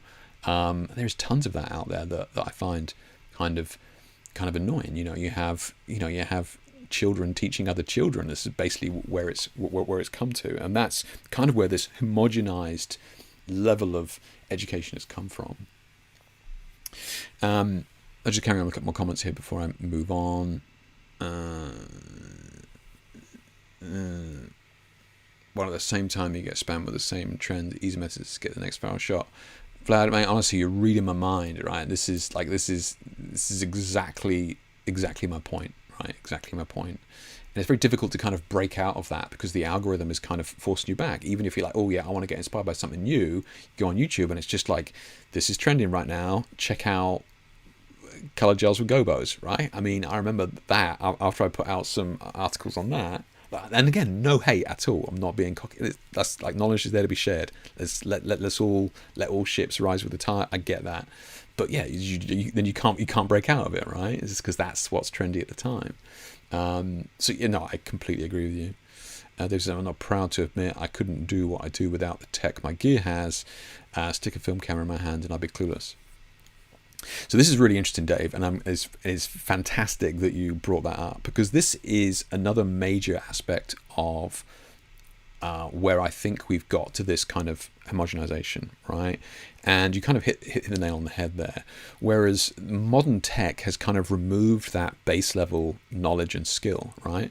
Focusing used to be a skill. Light management, light metering, and that sort of thing used to be a skill, right? Sunny 16, whatever it is. Circle of confusion, all this kind of stuff, reciprocity, focusing a third into the image, like tons and tons of this foundational knowledge is no more, because the tech that we can buy for a very reasonable price, and I'm writing this article, and Wayne Carm will know this, like back when we were shooting in the studio years ago, we had the 5D Mark II come out, and that was a true revolution. Not this bloody Sony global shutter nonsense. As a global revolution, like the Canon 5D Mark II changed the game completely, of what was possible. Now, that camera is still outstanding today, and you can pick it up for like 200 quid secondhand, like on eBay. I checked, right? So you can get an incredible piece of kit that can do almost everything that you need for 200 quid. So the barrier to entry is so low now. So everybody starts off in this middle bit, right? So everybody starts off immediately kind of having especially modern cameras now, you can point them in the general direction of anything, and you're going to get a very usable image. We just looked at a Sony there, 15 stops of dynamic range. What? Like, it's insane. Just to give you some idea, back when you were using film cameras, like E6 or slide film was like half a stop of dynamic range either side, right? And then if you stepped outside of that, you would start to clip data, right? Half a stop. You needed to be bang on with exactly where your exposure. You need to know exactly what you were doing. You can get away with a lot more now. Again, I'm not poo-pooing that, but the base level now is immediately far higher. Look at the other arts then, for example, like painting, drawing, whatever. You can go, well, there's YouTube videos for them, right? There's YouTube videos on how to paint, like whether it be manga art or watercoloring, oil painting. There's tons of YouTube videos out there to teach you how to do that. The issue is that the tool, right? The tool, whatever it is, your pen, pencil, paintbrush, whatever, you can't buy a more advanced version, right? This is the huge leap that our field has had, right? So I don't care how many YouTube videos I watch on how to do pen drawing, I am not immediately going to be straight up there, yeah, because the tool is still just at its base, right?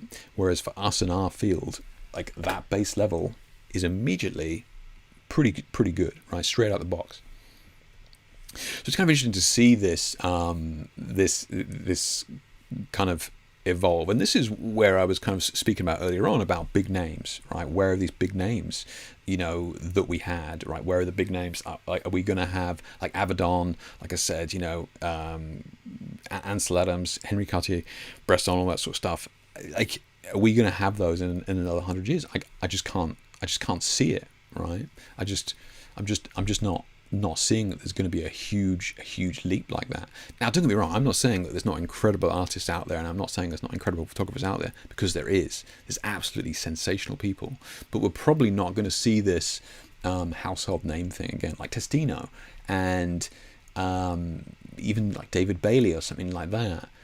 Annie Leibovitz, they get referred to in our current generation as our generation's greats, right? And they clearly produce beautiful work. I am hesitant to include people that are famous for photographing famous people, right? It's kind of like, what are you really doing there really. Like, what are you really famous for? And again, like, I'm not poo-pooing the skill, I'm not taking away from their skill. I just, wonder that this is kind of the first time that generation of photographer was able to photograph other famous people, right? And it just elevates them instantly, straight away, right?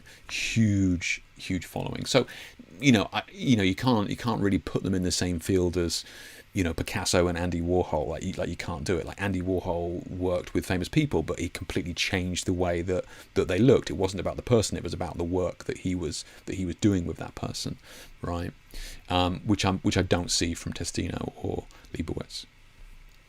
I'm just going to catch up on some of these.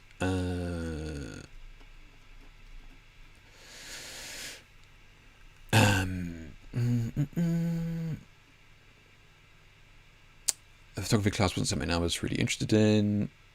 And that's fine, Dave. Yeah, that's fine. I think it's and it's not about. I mean, Vlad says his university, for example, just seemed to be a bunch of stoners and that sort of thing. Like, I get that. Like, if there's no point in forcing yourself into an environment that is just not healthy for you to learn in. Yeah, I mean, regardless of how much value I think that it has, you're not going to take anything in, right?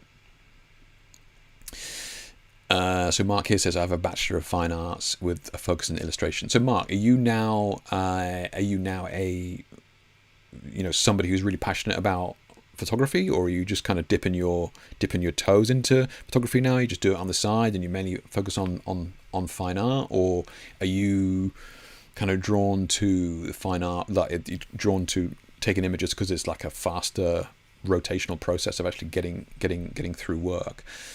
I presume you use some of your knowledge from the fine arts, if you like, within your lighting and stuff, though, right? Dave says, when I'm not on street locations, I have my monopod with an extra heavy steel-mounted disc on the end of it just to hold the camera extra steady if I'm using it. Okay, nice. Nigel says, BA graphic design, specialising in motion. Yeah, was that your BA, was it, Nigel? Okay. Those of you that don't know, Nigel does work full-time in the arts now. More in the corporate sector, but it's interesting that is your background there, though, mate. Because, and I know you shoot a lot now. You shoot a lot of street mixed with supplemental lighting and stuff now. But yeah, so you're not doing a huge amount of studio work. Previously did photography and film, video, A levels at evening, college for my degree. Okay. Gabby, how you doing? This is sort of training is in such a high demand for lighting digital humans. I had a very hard time trying to light my digital human. Enzo, my lighting cinematic workshops helped me immensely. So those of you who don't know, Feeding Wolves here is Gabby is the lady that we were working with a couple of months ago with regards to Unreal Engine, and she's done, she's made huge strides in sort of unpacking the meta-human and how other people can use meta-humans and make their own meta-humans in Unreal Engine. And I worked with Gabby to kind of demystify some of the huge topics that can be lighting, right? So she's using lighting in the digital world. I come from the physical world, but as I said in previous stream, the digital world, i.e. Unreal, has become so powerful now that it's emulating all but, damn it, every aspect that I can think of real world lighting, right, in a digital world. So she was able to kind of take my real world lighting knowledge and kind of implement it within her work. And she's saying there that it's kind of having that very targeted knowledge for what she was trying to do was super useful, which is great. Yeah. This is, I did actually do that. I got a fire performer to come in and actually set fire to the pole down distractor on the pole. Looked amazing. Jesus Christ, Dave. Yeah, please make sure your business indemnity insurance is up to snuff. So Goncalo says, I'm self-taught, but I think I'm the kind of person that like the structure of learning from experts. Yeah, I think it's, again, right, that kind of structure comes from not knowing what you don't know what you don't know. Okay, I appreciate it sounds super cliched, but that's kind of where it's at of really trying to push you down the route of, look, this is where I see you maybe struggling. I think maybe you should try and work on that aspect, whether it be lighting or composition or posing or what have you, right? Let's target on that, and let's try and build on that, and try, this is your weakest element. Let's try and build on that, and that can only really come from somebody who is maybe you like respect. There's certainly loads of older photographers out there that you don't care for their work, so you want somebody who whose work you respect, but can actually sort of see that as well. And your peers can't often do that, right? Or not willing to tell you it, at least. Full training before, safety measures in place. People say don't trust it. Exactly, yeah. Teaching other children stuff is 60 seconds or less because we live in a vertical short video days. Well, is it only getting shorter, Vlad? Yeah, that's that is the other issue. Yeah. Vlad says, I made like 30 shorts. It's hard to explain basic concept in 60 seconds, but to explain something like grain distribution based on luminosity, how to do that as lightly as possible. Yeah, I mean, I suppose the shorts are like the hooks, right? You got to get them in the door, and kind of get them hooked. But easier said than done. Yeah, high pen and pencil, mate. Replicate, pressure stroke, bristles, etc. I mean, true. Wife spends hours painting by numbers on her phone. That's cool, though. That's cool. Yeah. Paul says, I have a BA honours in photography and motion graphics. Oh, really, Paul? Where did you study? Yeah, here in the UK, right? How many people who do fine art, drawing, design, etc., do it on paper? I don't know, Dave. I don't know. I presume it's all, like you say, the pressure sensitive pads and that sort of thing. Yeah. If that's the medium you want to work in, yeah. I gave MetaHuman a try last week. Oh, did you, Vlad? Cool, man. Nice. How did you find it? Obviously, amazing. How did you give it a couple of hours? Yeah. So you downloaded Unreal Engine. How did you find it? Like, did it take ages to get into, like to understand, or? Mark, who was previously talking about fine arts as a glorified hobby, I definitely use my background in my work. Absolutely, yeah, I do as well. Like I said, I classically trained in painting and drawing, charcoals, and that sort of stuff. But you are taught to read the light when you do that, right? So you are taught to look at the scene and look at the shadow transitions, look at the light and dark, look at the depth, look at how light falls and that sort of thing. And you're really trained to see, which is kind of not happening now. Yeah. You went to Bath school. Okay. Yeah. One thing I noticed as my knowledge grew in photography is the people I considered peers changed as I start looking at their work as a photographer, not a viewer. That's interesting. Yeah. Brett says, I thought at a college or they had a photography program and I was surprised how basic it was, and photo ran into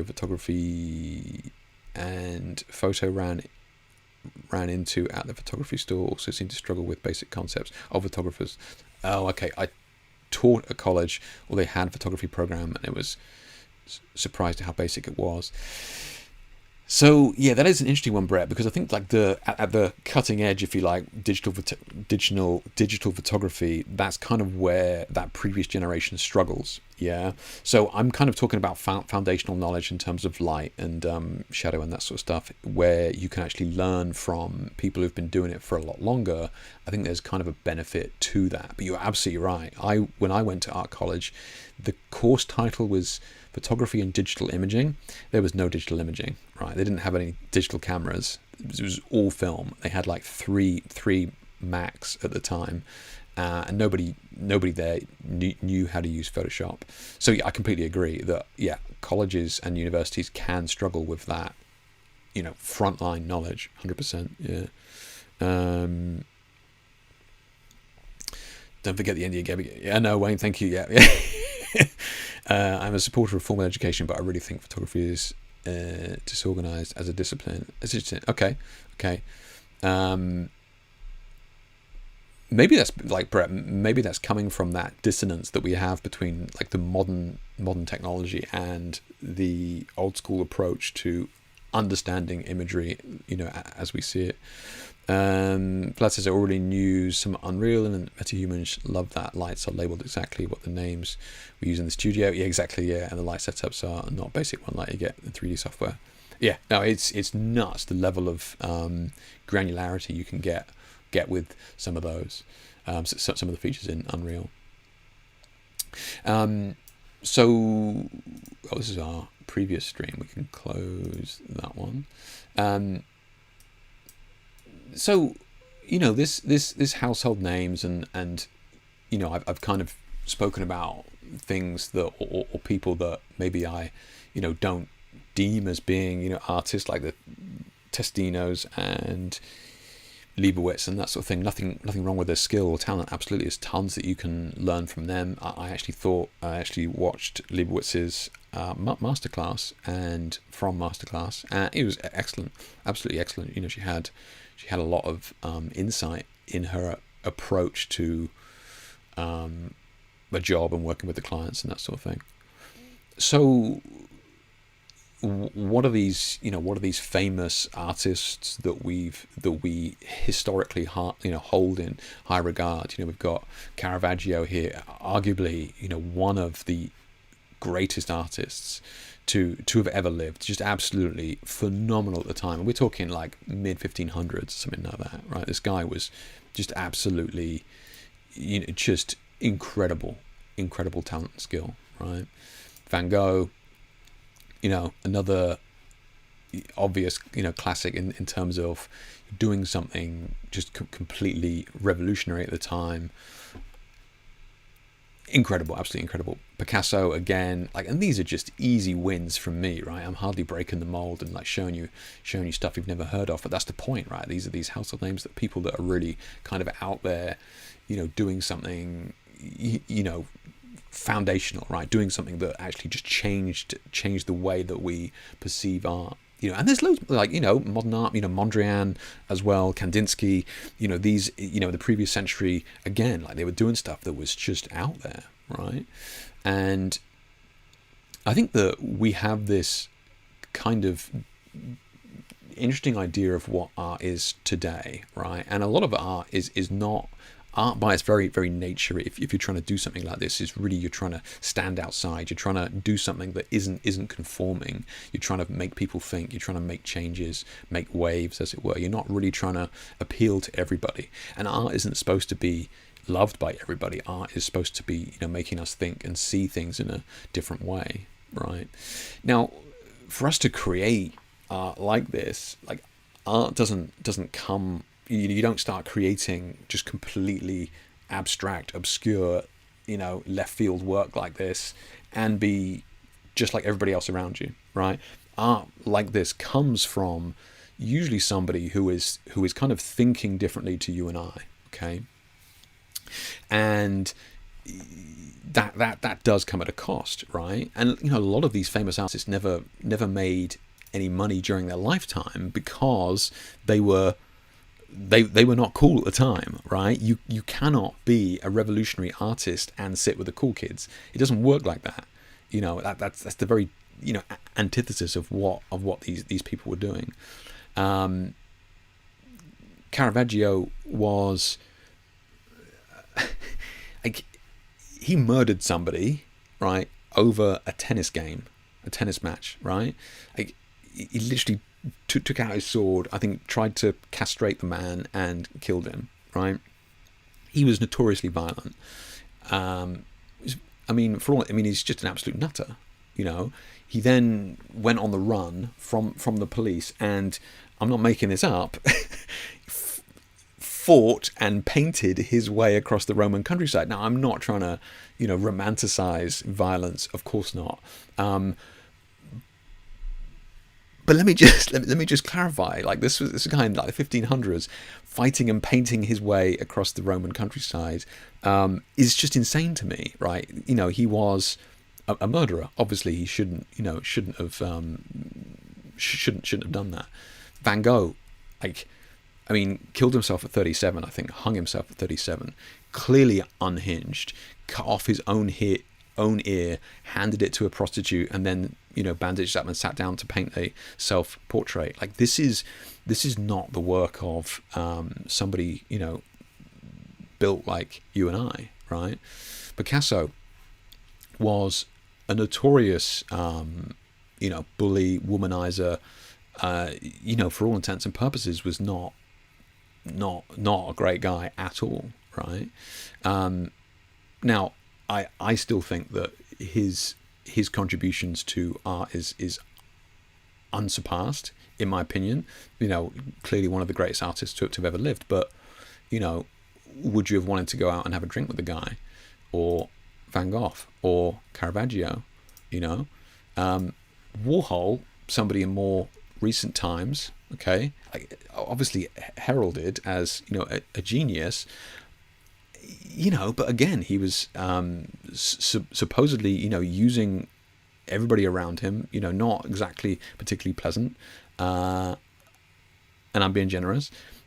Einstein was, nowadays would be classed as having, autism, is often seen as disheveled, I think was the word, and avoided all social contact. Genius, yes. Would you want to sit down with them? Maybe not, right? So, are today's artists being cancelled before they get to this, right? Is this also a factor, cancel culture? Is this also a factor that these people that are, left field of the norm of traditional artists, are they just complete nut jobs, or arseholes that cancel culture just kills them, right? Kills them outright. Caravaggio, on the run from the law, an absolute, violent menace, again, cancel culture would have eradicated that. And I'm not saying that these people shouldn't have been, stopped and that sort of thing. Of course, violence and mistreating of other people is never acceptable, regardless of how good the art is. But we are coming into a world where people outside of the norm are more shunned than I think we would like to admit, so that could be a factor, right? Could be a factor. I think all these things are kind of playing a part in this kind of homogenization of current art as we know it. So lots has got to learn how to pose one of those humans based on the body from the mood boards. Yeah, from Unreal. Yeah. Problem is everybody with a phone is now a photographer. Phones take, fix, edit, store photos from the millions every day. No knowledge needed other than how to switch on the app. That's what I mean, Dave. Yeah. So the tool, and I kind of mentioned like the 5D Mark II and that sort of thing of being an excellent camera. You can pick it up for a couple £100 on eBay today. Most of us have phones in our pocket, so the barrier to entry is non-existent, right? So yes, you're right. Phones are taking away that skill gap that would ordinarily you would learn along the way, right? You would learn what you like and don't like, getting up to that level where everybody starts at now. Okay. Nobody's really teaching basics anymore at mainstream school. What kid wants to sit and learn the fundamentals where the phone does it for him? Yeah, I suppose you're right, Dave. Yeah, and that kind of comes with the fact that nobody is going back to basics, right? That's certainly not going to help the algorithm. But so we aren't going back to the basics because, like you say, I think most people believe that they know that, know the basics, because the camera is doing a lot of that for us. So, yeah, I wonder if that is a factor as well. People are actively skipping over it, and if they're not searching it, then the algorithm isn't going to show it to us, right? Hey, no worries, Brett. Yeah. Caravaggio is who I'm researching at the moment. I mean, Caravaggio is just phenomenal, right? Absolutely. It's just, yeah. Chiaroscuro and what he was doing with single point lights is insane, right? I mean, look at this kind of like even this is an example, right? This is centralized light coming and it's lighting all of these people from the center. Very, very heavy shadow, but the sculpting and stuff that we have here from this incredibly contrasty light coming from the center is just nuts. It's like the talent was crazy. I mean, and we haven't even touched on musicians, right? I mean, you got the Kurt Cobains of this world, and Ian Curtis, or you got the Linkin Park guy, you got the Soundgarden guy. Like, these are all young artists that kill themselves, because their work is heralded as being just incredible. these people are not always like you and I, rightly or wrongly. And like I said, Caravaggio would have been cancelled long before he got anywhere near any of this stuff done. It's interesting to look at where we've come from and where we are now with it, for sure. Yeah. If everybody loves your work, it's average. When it's loved by a select few, it's iconic. I mean, that is the reality of it, Dave, because that is what tends to get people talking, right? Modern art with Mondrian, at the time as well, was just like, what on earth, but sadly it really means that you can often be shunned at the time when you produce it. Van Gogh sold one painting in his lifetime. Granted, he killed himself at 37. He sold one painting in his lifetime. I think a piece of his was sold a few years ago for 120 million or something like that, right? Like, I mean, it's tragic. It really is tragic. It's nuts. It isn't. It's when you're creating something that is so different and out of the norm. Yes, it looks incredible, but only maybe in hindsight, right? We're not ready for it. I mean, I do not know if it's a single photography book that would have a good discussion of lighting, let alone touch on the concept like color theory composition.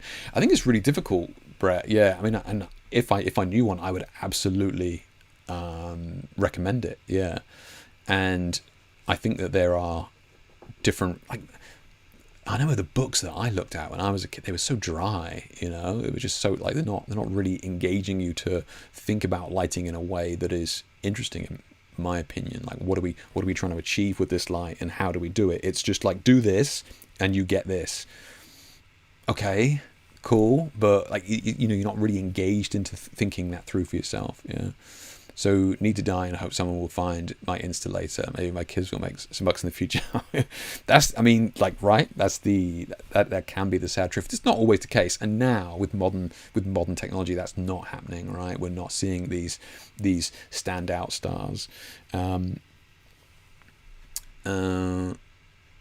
Is painting the Taking of Christ was only discovered in 1980. Is that right, Steve? Gee, I didn't know that. I'll have a look at that. Yeah, I'll have a look at that. That's nuts. Give me so many ideas, trigger inspiration cells in mind, but maybe add a disclaimer, always for education purposes. Absolutely, man. Yeah, absolutely. On teaching topic, I think old photographers were always taught to light the shadows, models, etc., but hardly anyone talked about lighting a scene unless it's cinema work. That's what I mean. It's very painting by numbers now, and and there are plenty of people out there who are obviously doing great work in terms of teaching online, but it's just a shame that there's no formalized way to get rid of the people teaching you bad information, which is a shame. But yeah, every light in a scene has a purpose. Remove as much as you can while still creating the vision that you want, right? You don't have anything superfluous, casting multiple shadows or diluting contrast. Remove as much as you can while still, painting the picture that you want to paint. In the last decade or so, we had to learn from using flash to LED and then make mental agreement that some shadows are good and there is no right way of lighting subject. That is true. Yeah, we are very everything is good art now. We are very open-minded when it comes to that. There are no wrong answers. I get that, but I think that we need to kind of learn a few more rules first before we start breaking them. Right. I think we can definitely do that. Too rich, too quick, and no idea how to live as they got famous too early. Can't deal with life as never had a chance to live a real life's only way out. I mean, yeah, those. I presume you're talking about musicians there, Dave. And yeah, absolutely. Yeah, it is tragic, absolutely incredibly tragic that a lot of these geniuses were taken too young. Yeah. Oversimplified, not meant to sound harsh, but no, I absolutely agree. Yeah, absolutely agree. Yeah. Kanye West can't be cancelled. I'm not touching that, Wayne. You know my thoughts on that. Okay. Okay, so I just wanted to kind of share some thoughts on that. Like I said, I am writing a piece on it, and for my own personal thing, and I'm sure I'll share it and that sort of thing. But it's not meant to be as content, right? It is meant to be me kind of working through some ideas and trying to understand where I see some people struggling, and trying to look at what I can learn from that as well, right? How can we kind of avoid this homogenized style? Have you guys ever done this? Have you ever done Google Trends? Have you ever looked at this? So, like,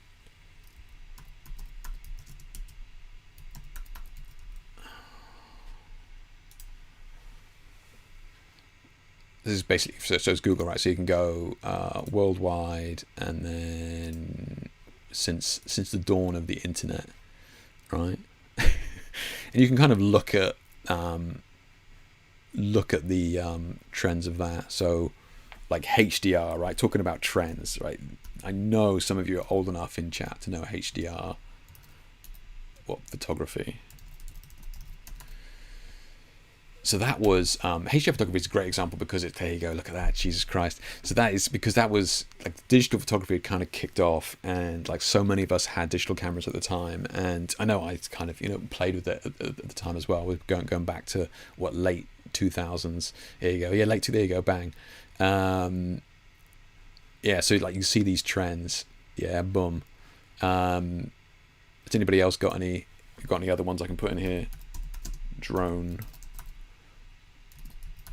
photography.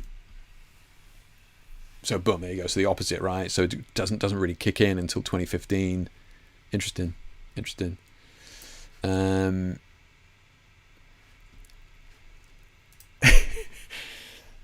Halation. Some of these things are too niche. Let's have a look. Halation. Yeah, that's right. Yeah, halation. Oh no, it's there. Okay, yeah. Okay. Cinematic, but just cine.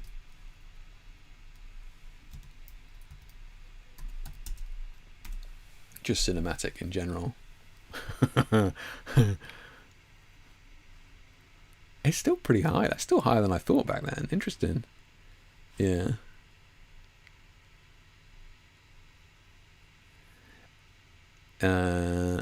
So Nigel says the Chris Knight dramatic lighting book does cover a lot of art history, lighting techniques, very broad strokes. Yeah, Nigel, that's a great example. Chris Knight is exceptional. He is definitely one of the standout people that I know that teach today. Now, and he teaches. That's his job, right? I forget what age he teaches, but I think it's certainly I think it's 18 plus. That's his job. So he teaches students now. So, and you can absolutely tell when you listen to him speak. He's definitely speaking from a huge wealth of knowledge about art history and how he applies it to his own work. Yeah. So Nigel, that's a great recommendation. If you're looking for somebody to get some great, really strong foundational knowledge, Chris is absolutely outstanding. Yeah.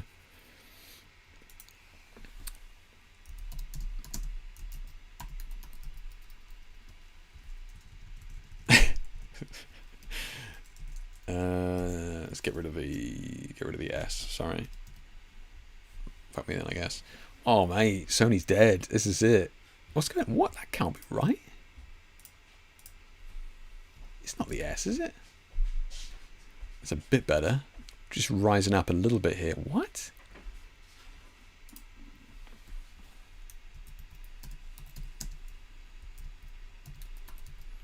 It's broken. The internet's broken, clearly. Canon, slowly but surely. Okay. You ready for Nikon?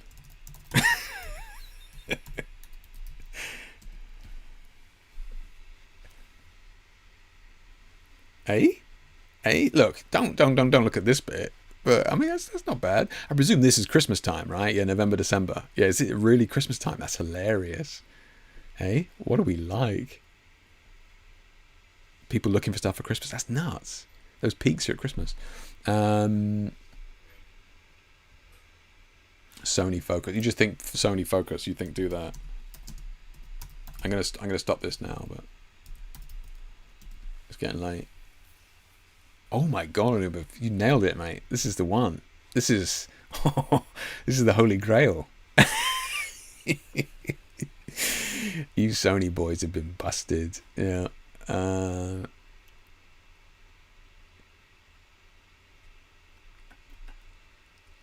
This doesn't have a spike in the last year. I don't know. Yeah, I don't know, mate. Maybe because it's worldwide. Maybe you could niche it down. I don't know. Yeah. Halation has been a major part. I mean, because it's been in the cinema lenses for decades, right? It may be, Dave. Yeah, maybe. Making take into consideration that nowadays you don't search Sony cameras. Yeah, that's true, Vlad. That's a good point. Yes, yeah, that's true. That's true. Yeah.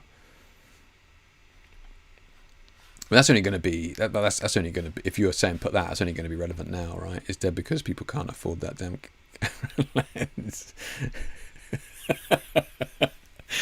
Yeah.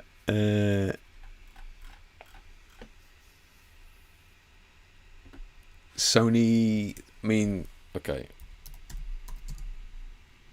Did you say Sony RX 100? Is that V? It's hidden behind my thing.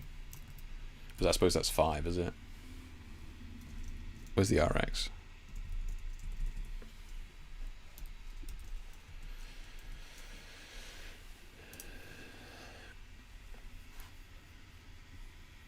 You see, I'm kind of sus. Like, who was searching that back then?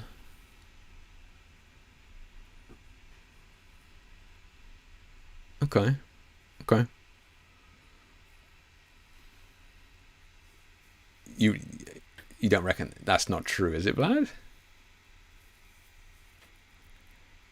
Is that true, Vlad? Is that what they're doing? They're searching now? That's nuts. All right. If you guys mention any good ones, I'll bring them up. So anyway, yeah, that's just my kind of interest as to, are we seeing a death of household names in the future in terms of art? And you could argue that, well, Jake, it's a change in discipline, right? Cinema is the new art, and we have people like Hitchcock, Spielberg, Tarantino. They're the new Van Goghs, right? And you could argue that. I definitely see that as being household names for sure. My only concern with that is that these are figureheads of studios that have hundreds, if not thousands, of people below them helping them to achieve that vision, right? It's the same in gaming, Todd Howard from Bethesda or Hideo Kojima from Kojima Productions and that sort of thing. Like clearly, household names almost, geniuses in their own right, but none of them would deny the fact that they have hundreds, if not thousands of people behind them, making that vision a reality, right? If I had an incredible idea for a painting and I hired a painter to do it, am I the artist? You see what I'm saying? So, like, yeah, I think the genre has changed, One name that did kind of spring up in my mind as we were kind of chatting there was somebody like Banksy, right? Banksy is kind of this odd character that kind of sits outside of that and it is somehow a household name in terms of modern art. That I don't know how he's kind of done it, but he certainly stands out. And I use the term household name because Banksy is a name that even people who have no idea about art will have heard of him. So he's like the closest that I've kind of come to, but I'm open to other ideas. Yeah. You are being serious, Vlad. That's interesting. Okay. Yeah, Google versus TikTok. Hey, Kat, how you doing? Hey, no worries, Tony. Glad you can make it, mate. I've just been ranting about the death of art for the last hour, so I'm going to move on to images, yeah. Dave says I'm always on TikTok lately for my videos, soundtracks, and because I'm down with it. Absolutely. Kevin, I'm not touching that, Steve. Yeah. To make it quick, real TikTok is the best, but it drags deep into the loop. Yeah. Yeah. Okay. Right. Let's have a look at some images. We have I think we've come up with some good ideas there. I just wanted to share my thoughts, and I appreciate you guys having so much input. I tell you what, I wasn't expecting as much input. I was actually nervous about even mentioning this, because it's very difficult to kind of bring up a topic that kind of involves everybody in some form or another when it feels like I'm kind of judging where we're at right now. So I was kind of hesitant to bring this up, but it was something that I've, as an artist myself, has been bouncing around in my head and trying to kind of understand. So I really appreciate you guys jumping in with your knowledge. This is Gabby's videos. Let's have a look. So let's grab this Facebook thing here. Okay. Like I said, I'm going to try and get that finished article together and hopefully put it out. But yeah, I appreciate the input. It's certainly always useful to get different opinions on it. So let's have a look at some images that you guys have shared. Let's see what we got here. So we got a nice mix in here. Good. So we got Darius here at the start. I love painting like portraits. So Darius here, yes. So those of you that don't know Darius or haven't seen him in here before, he's always sharing light painting that he's doing. He's always playing around with light painting, and obviously this is no exception. Beautiful work again, Darius. Absolutely love this. Great stuff. Really nice. Love the. It kind of looks like, when I saw this, was pheasant tail feathers. Do you know what I mean? There's beautiful kind of almost feathery quality to these lights. Absolutely love it. Beautiful colors, and it's interesting that we can kind of see the individual LEDs here, and I like the fact that you've got them. I think a lot of times light painting, we can kind of overexpose those light paintings and we kind of lose a lot of the color.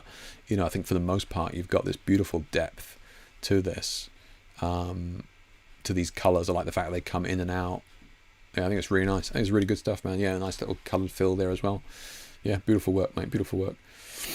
Really good.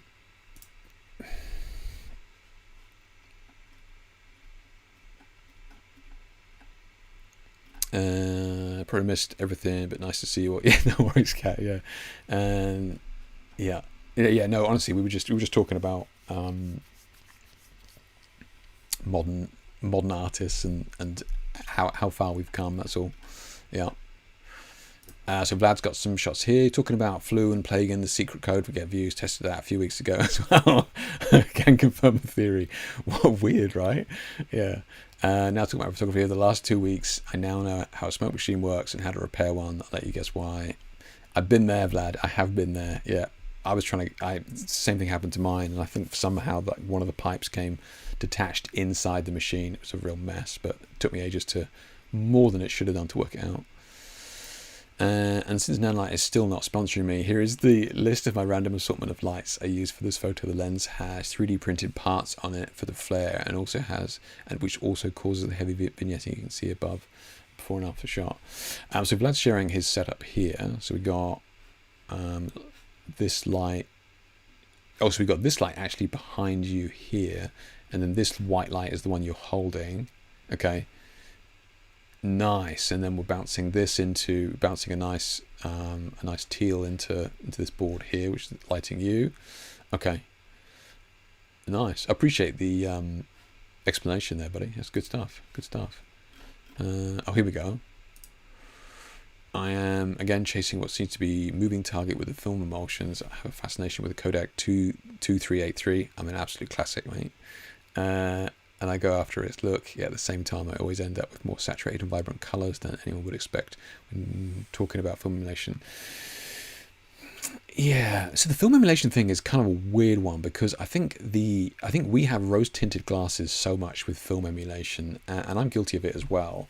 Like, you look at the Fujifilm emulations, and they are emulating films, but not how they looked. Right? They are modern equivalents of those film emulations, and what I mean by that is that they're kind of pumped up. They're kind of pumped up. Like the old films did not look like we kind of remember them looking. I'm not saying this is what's happening to you, but for me personally, when I'm looking at kind of or I'm trying to recreate filmic look, and then you actually look back at old stuff and it was nowhere near as saturated as it is now. So I would agree with you, but it's difficult to get that look. This is kind of cool, this flare, and this is the 3D printed iris that you've put in your lens that's creating this. Is that right?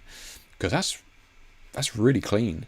Yeah, that's good stuff. Yeah, I mean, I've tried it before with the halation stuff, whatever it is, and it's difficult to make it look real or good. Yeah, but that's really good. It's really clean. Yeah.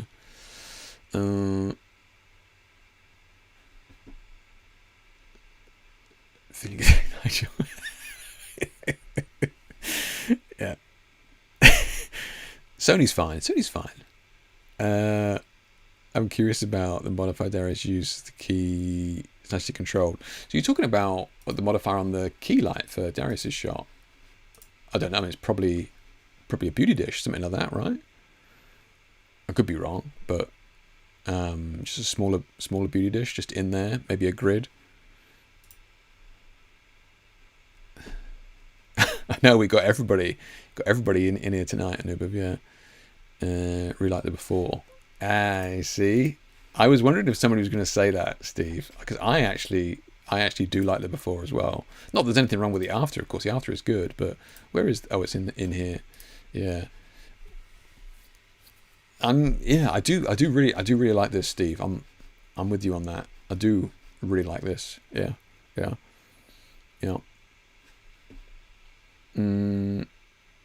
It'd be hard for me to remember film as I shot like 5 rolls as a child and one as an adult. Yeah, true.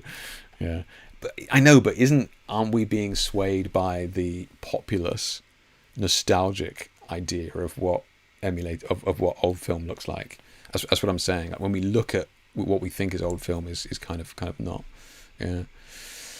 Can a screen ever replicate the color the same way a paperback? Yeah, maybe, Dave. Maybe that's it. Yeah, maybe you're right. It is a transmissive medium as opposed to a reflected medium. Yeah, that's true. Yeah.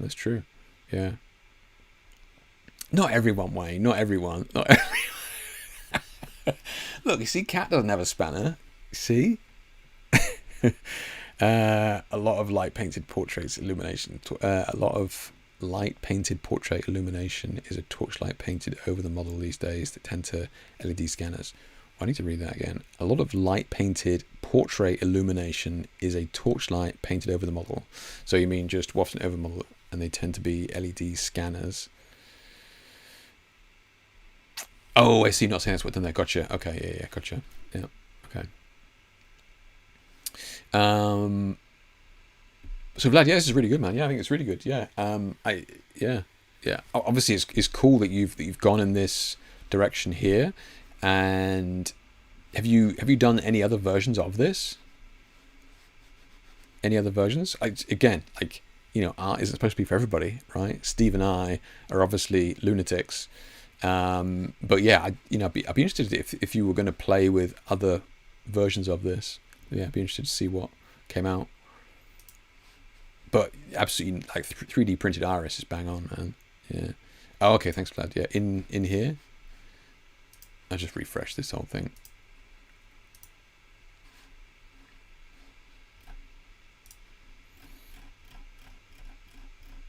Oh, nice. Thanks for sharing those, mate. Yeah. Grey thing holds the fishing wire. The other one is oval bokeh and it's causing a vignette because it's shot too many. Okay, so this is the 3D thing here. So this obviously got holes in it, right? Is that what's creating this halation? Is that right, Vlad? Is that what you've come to work best? This kind of iris here with the holes in? I could see that. Yeah, that's cool, man. Yeah, definitely. Yeah, thanks for sharing that. It's interesting. I've tried the catgut fishing line, thing before. But I don't really shoot with that many lights in shot where I can see them. But it is cool. It is cool. Yeah.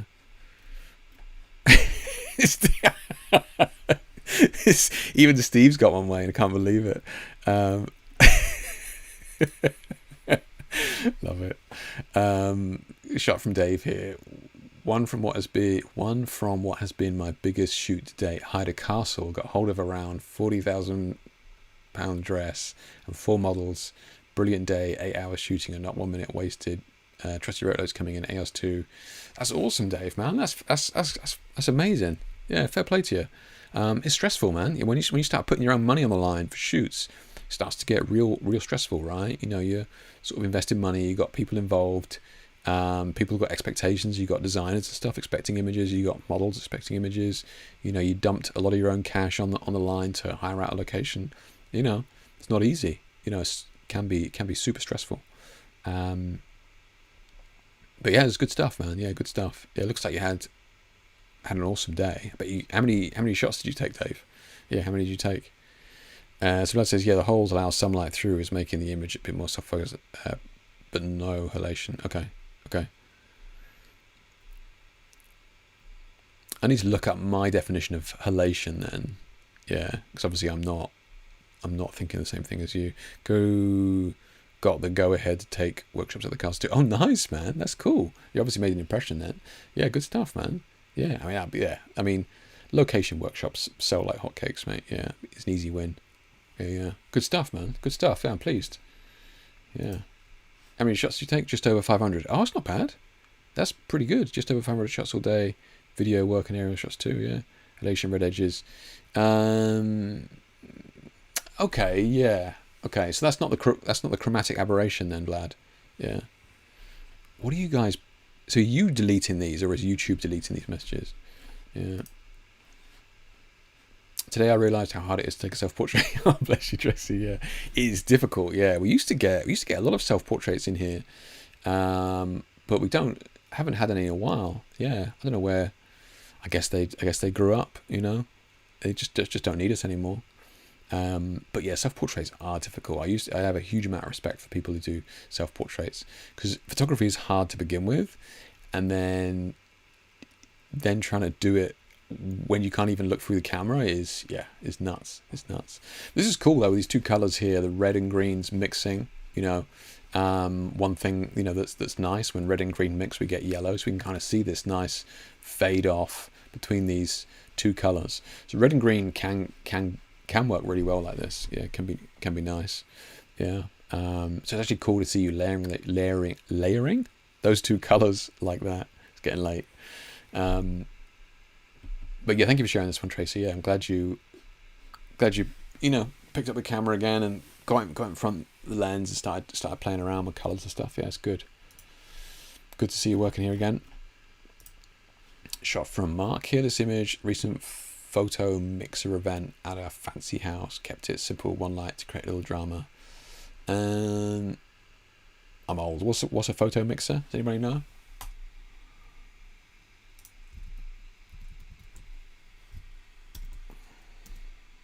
Let's have a look.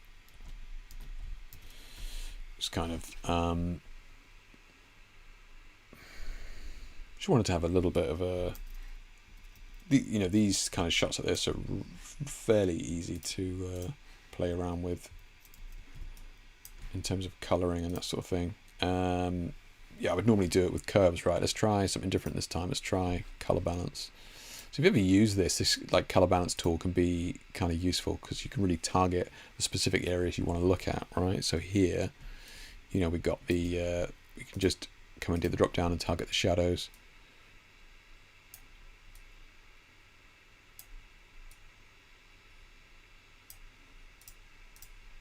I tend to do the midtones last. So the highlights, we got that shirt there, right? So when you start doing this, you want to be looking. What's easier about this is you can actually look at the area that you're targeting. Like with curves, where am I supposed to be looking? Sometimes with the color balance, it's just easier. So I'm in the highlights, so I'm looking at, you know, usually the shirt here we can see, and then maybe the highlights on the skin, right? It's kind of where we're looking. And then the midtones. So the midtones is really where you can start to maybe apply like a bit of a personal grade to it. Like, do we want to go one way or another with it?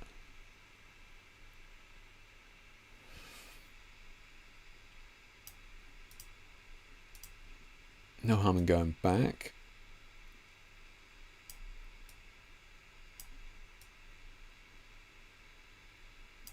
Okay, so we kind of just neutralize the color there now.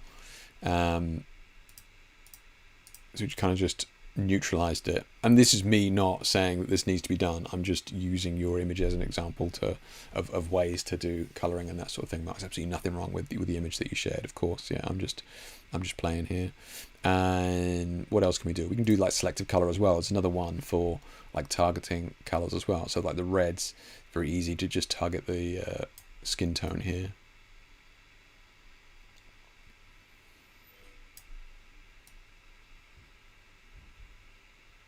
Yeah.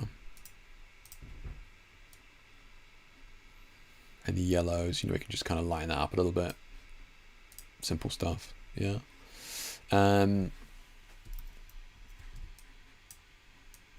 But yeah, overall, like, I think this is good. I really love these strong angles that you've got here. They're really nice, really strong diagonal through that. Really good, really good.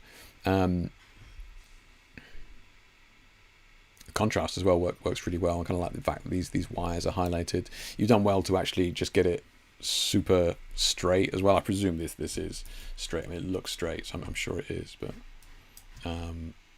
maybe a little bit off to the right, but still, yeah, just a tiny bit. But for the most part, pretty much bang on.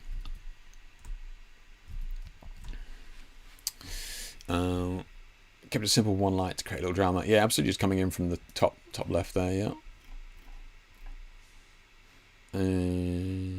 Oh, nice. Okay, nice.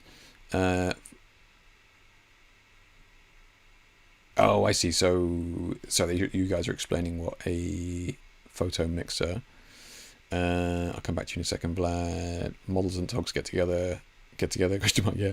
5 photographers, 10 models. 10 models. Damn, that was a good event, man. Jesus. Normally it's 10 photographers, 1 model. That's a good event. Photo mixer sounds like a swingers party, but photographers, right? I'm not touching that, Steve. Look, it is what it is. Pretty much. Right. So I come back to Vlad here. Halation equals red edges on edges of things that are not overexposed against lighted background or around powerful lights and shot. Yes, like the old vintage lenses, you definitely get that red. I suppose that is what you'd call it. Yeah, halation. I was about to say red halation. Yeah, true. Yeah.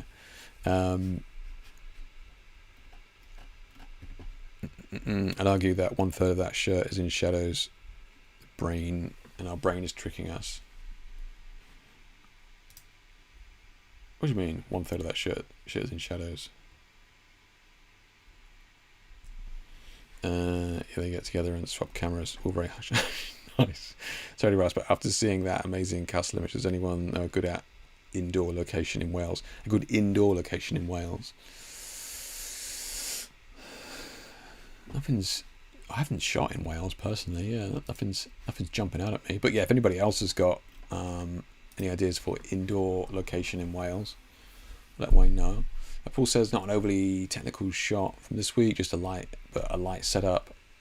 Loving it the Mo for its simple, crisp, perfect finish. This is lit by white diffusion beauty dish up above in front of the model, and then filled with large silver diffused umbrella behind me. Nice, simple white background and nice pop of color in the outfit.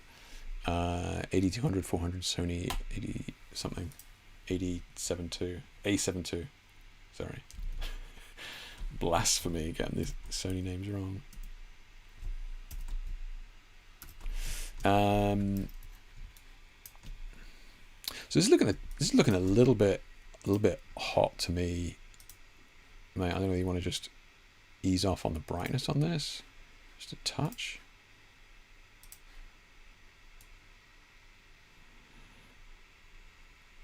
Let's come down a little bit. Now, when we do that, we can start to have some issues with the skin and stuff here. So,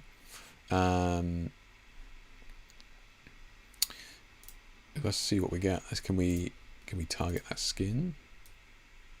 We can target the dress though. I was going to say I wanted to darken down that dress. That's good.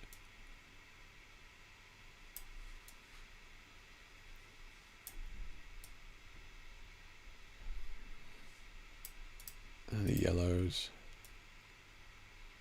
We can kind of line that up. I'm also concerned we're getting little bits of green in here, which I'm not over the moon at.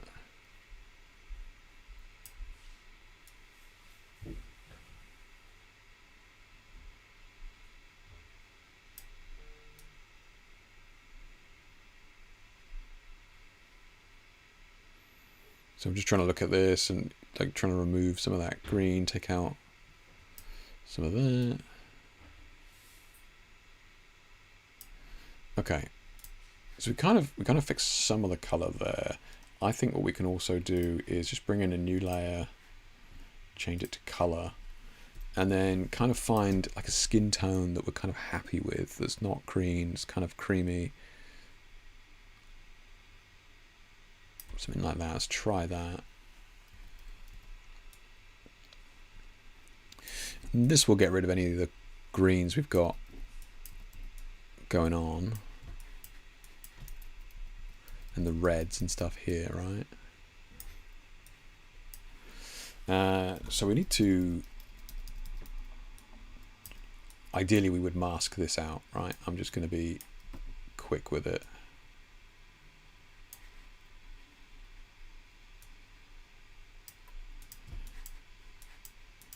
And then, you know what, rather than masking it, let's just grab her.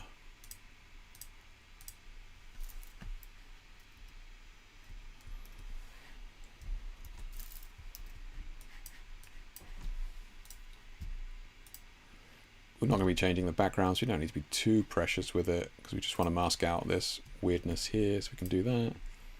So let's put that in there. Cool. And then we just want to get rid of...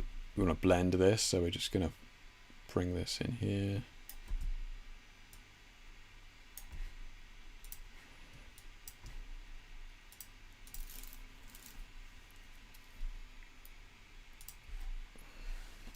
That just helps to even out the skin tone all over. We can delete it and the lips as well. We want to keep the lips and the eyes. But here on the legs, right, you can see like the red and the kind of the greens and some of the shadows and stuff there. Kind of gets rid of that and just gives us a super clean skin like that. I mean, if you wanted to, we've got this. We could kind of, I mean, it needs to be...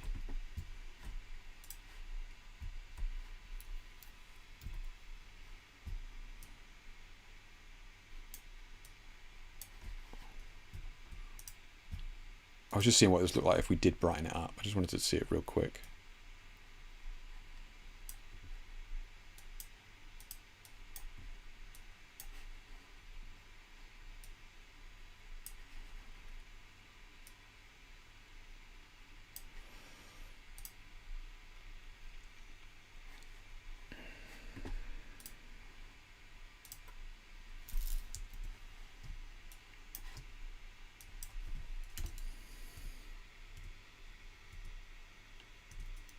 We can freshen that back up. There you go, yeah.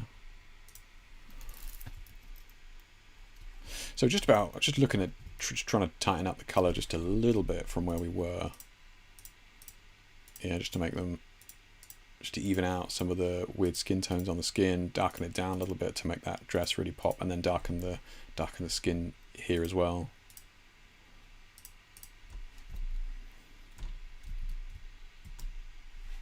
But yeah, really cool. You know, and the setup that you mentioned there, yeah, is a great setup. Just simple, nice definition underneath the, you know, like the jawline, chin, the nose, that sort of stuff. You've got nice drop off here on the body to add that depth. Yeah, you've got that nice fill light. Yeah, really nice, really nice. Yep. Oh, of course it is, Vlad. Yeah, you know, so you're absolutely right. That's right. Bouncing off the film. Yeah, the layers. That's right. There was that Kodak film that they added an extra layer to avoid that, I think, later on. I forgot that. Elation not because of the lens. The film has 3 layers. Exactly, yeah. Red is the last one away from the lens. Light goes through the film, bounces and scatters to the back of the camera. Yeah, that's right. I forgot that. Yeah. Thank you for that clarification, yeah. Are you talking about for Wayne? Check out National Trust places, English Heritage, cheaper ones, privately owned, stately homes. It's nice, yeah. Appreciate you sharing that, Dave. And just send over emails Insta. I got a castle to myself as it's their closest closed season, 8 hours shooting 350. What? That's nuts. Nice. Vlad says, yeah, good film has a dark clear behind the red to prevent halation, but cinematographers start removing it. Exactly right. That's what I was just talking about, right? Yeah. So actually removing that is nuts. Yeah. Yeah. Why did I do it? Yeah, Facebook has done a right number on the colouring though. Yeah, fair enough, mate. Fair enough. Yeah, it happens. Yeah, it happens. What colour profile are you using for these images out of interest when you're sharing them? Oh, here we go. David, nice. I don't know whether David's still here or not, but I know he mentioned at the start, he said he had 2 lights outside for this one. Hopefully this will make it through Meta's AI, since I'm currently fighting with them about this being flagged on. This is flagged on Instagram? Really, Dave? I just saw...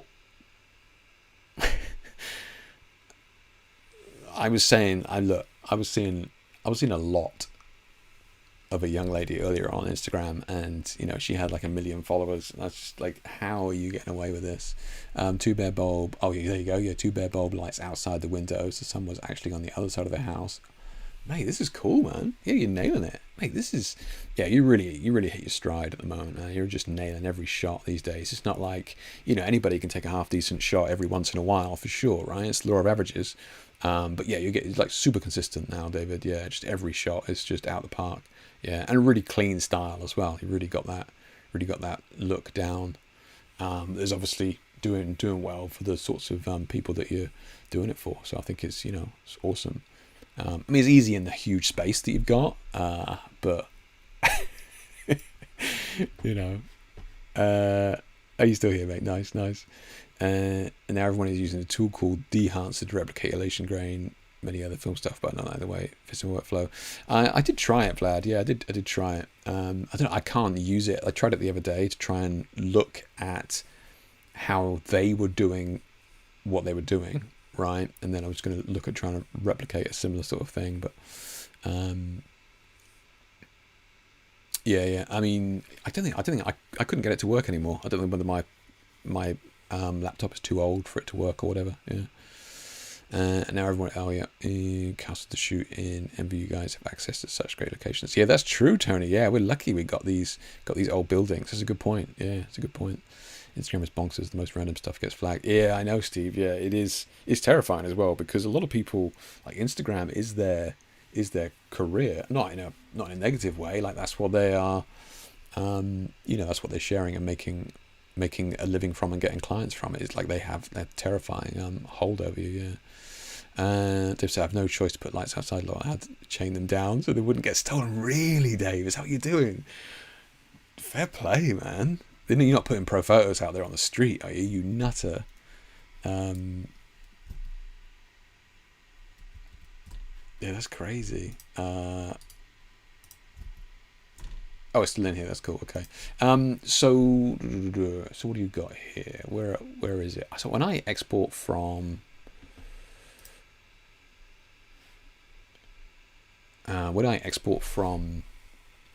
Lightroom, what I'm doing is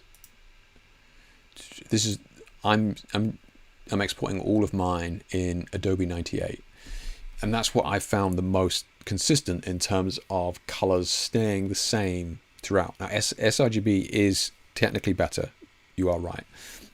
But in terms of consistency, if you can make it look good with Adobe 98, then it tends to stay looking like that wherever you've put it. That's just what I do personally. Other people will swear differently in other sides, Paul. But yeah, it's just something to think about. Just try it, see if it works for you.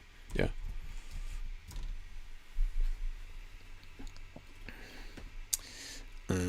Still I have fucking hell. You putting like pro photos on the street, or I mean, I'm sure you're not living on the street, but still, like, outside, man. Yeah, that's scary. Yeah, I'd say Dehancer is more buggy. Oh, fair enough. You found it buggy as well, then. Yeah. And since the law changed in the US, I think you need to be more careful about theft. You need to be more careful. Like, was theft ever okay in the US? Like, I'm not up to date on latest US laws. One of my poll images actually showed up in the recommended page. Nice. Thought I was dreaming. I'm usually on a permanent shadow ban. Yeah, exactly. Yeah. I use Adobe Color Profile until export.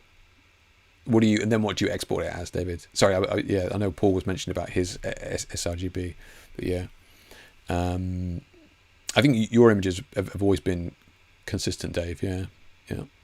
I have an issue when sharing to Instagram, which is where most of my work goes. This was the suggested for there. I had an issue when sharing to Instagram, which is where most of my work goes. This was what was suggested for there. Okay. Yeah. Fair enough. I mean, look, do what you feel comfortable with. That's just what I've used, because I had an issue where I would send images to models, right, and then they would share it and it would look very washed out. So that's kind of where I was, where I went to 98. Yeah. You made me think now. I mean, I haven't touched it in years. Like, you're making me think that. Oh, I've actually got the hard drive plugged in. Let me see if I can load up an old image. I want to check it now. You guys have been talking about it. Because I probably haven't changed it in 8 years. I shouldn't think. Just any image is fine, Jake.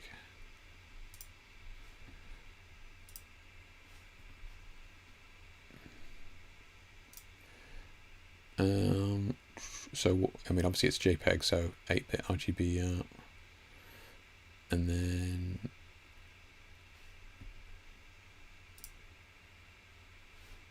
okay. I mean, not that it matters. Like, if it was sRGB, I would just continue doing that. But I'm just relieved that I wasn't telling you bullshit. Yeah, so that is what I do. Okay, cool. Yeah. Yeah. I don't know. Yeah, I mean, whatever works for you guys. Yeah, whatever you're doing, keep doing it. Right, it's working. Yeah. Previous, the punishment was jail for theft, and now it's something like just a fine and social service. That's what I read recently. I suppose they don't have the room in jails. We have the same issue here. Yeah, it's kind of we don't have the room. Yeah, 98 has a higher black point on my shot. What do you? sRGB is more vibrant. It is. Yeah, it is more vibrant. Yeah. Which is, and then it can dip if, depending on how it's sent and shared with people. So if you get it to look good on 98, then it just looks good everywhere. That's just me personally. Yeah. For a long time, I used Google Images to send files to clients. After about 2 years, I found out they only got 2 megabyte image at their end and get full red down. I know, right, Dave? That is, yeah. I use WeTransfer now, so it's just straight. It compresses it, and then like it doesn't touch that packet until it's reopened. So yeah, so I just use WeTransfer. Have done for years, yeah, without any issues. Yeah. Oh, look at this, eh? Look at this. Finishing strong. Why? I don't know why Anubiv's always at the end. So Nambro says, old and classic teal and orange, skipping all the camera, setting gibberish. Love it. Appreciate it, mate. All Nan-Light stuff from Nambro. Light diagram, BTS in the comments. Good stuff, man. Good stuff. Okay. So, we using the new panels in here? Yeah. Did you get to keep the panels, Anubiv, or did you have to send the panels back? Okay, so we got the tubes here. All right, let's look at the BTS shot so we can actually get a visualization of it. Here we go. Okay. Oh, look at him with his spotlight, eh? Look at him, fancy spotlight.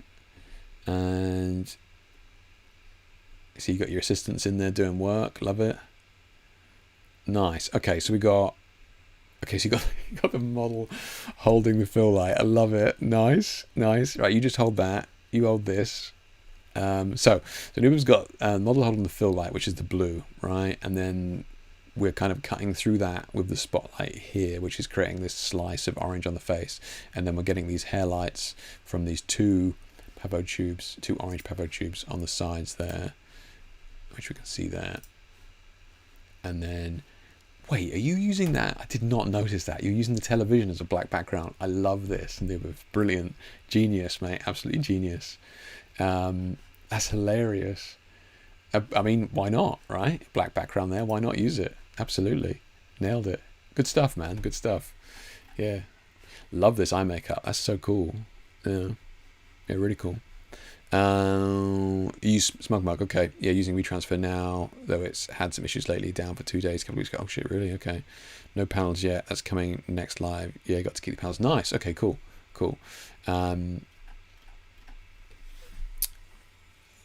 next time I do a live stream, Anubhav, I'd be interested to get your thoughts on them. Yeah, I'd be interested to get your thoughts on them. So yeah, we can definitely chat about that. I know I kind of spoke about them. I think you stepped away. I kind of spoke about them earlier on in the stream. I don't think you were there at the time, but yeah, I'd be interested to hear your thoughts on them. Have you been asked to do a review or video or anything like that? If so, I'd love to check it out. Yeah. It was raining and the rest of the tripods were in the car.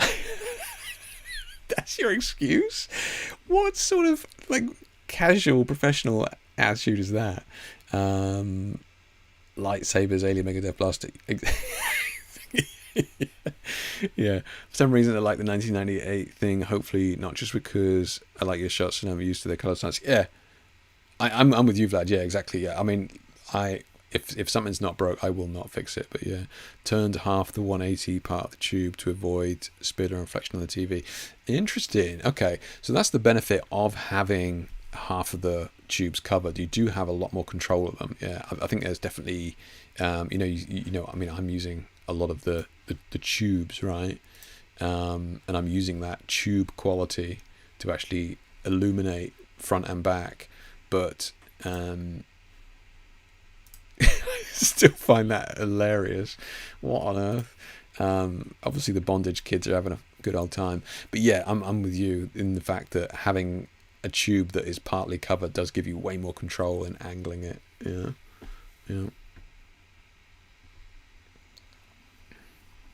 Agreed, Darius. Yeah, good stuff. Updated my export presets. What do you mean you updated them? Work smart, not hard. Anyway, we're sitting on TikTok and model didn't know what to do with the hats. Absolutely, man. Look, I mean, like, I will always be the first to admit that or agree that, a shoot is about the experience as well. If people feel involved, and this goes for clients as well, I'll often get clients involved in the shoot to do things, waft a reflector, hold a light, and that sort of stuff, because you're creating memories to them. It's and it's historically always far easier to sell images to a client that have a significant memory of the shoot, and in getting them involved. I know we're getting a little bit off topic here, but yeah, I'm certainly not poo-pooing the fact that you're getting people involved in the shoot. I think it adds way more value than people realize. Yeah. We know you won't fix it. You're still using DSLR. Look, it's shots fired out here, man, and I'm not gonna stand up and fight that. When you're not wrong, you're not wrong. Updated SOB to WLC. Oh, gotcha.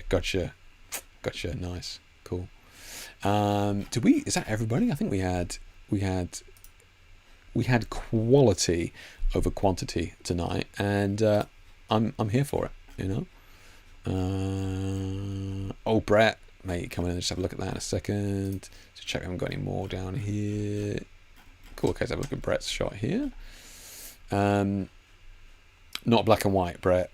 You're already leagues better than last week. Absolute straggler here. Shot this yesterday for a friend. It was the first time modelling. I forgot the inner baffle for the beauty dish, so shot it with your favourite modifier and a sheet for the background. Nice. So when you say the inner baffle, do you mean the fact that you didn't have the diffusion cone, or you just didn't have the sock over it? But this is good stuff, man. I mean, look at that. Bring that. This is why. Let me just get my where's my magic brush. That's not it.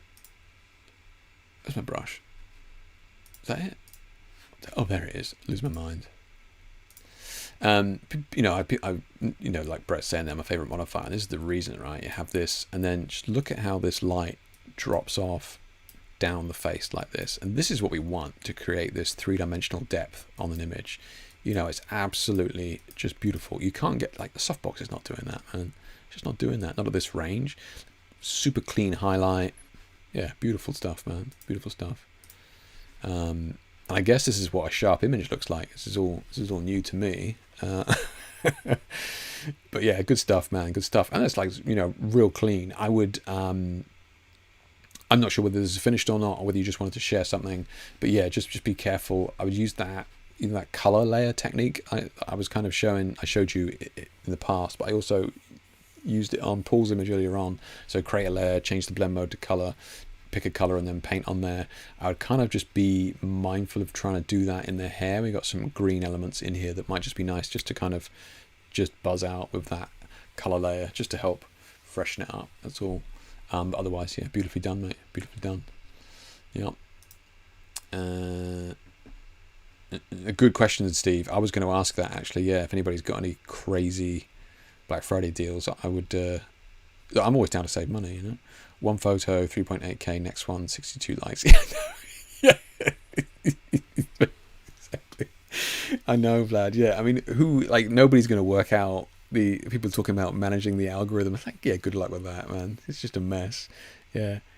Tastes it's great having the dressmaker on the cast. Oh, she was there with you. Oh, that's cool, man.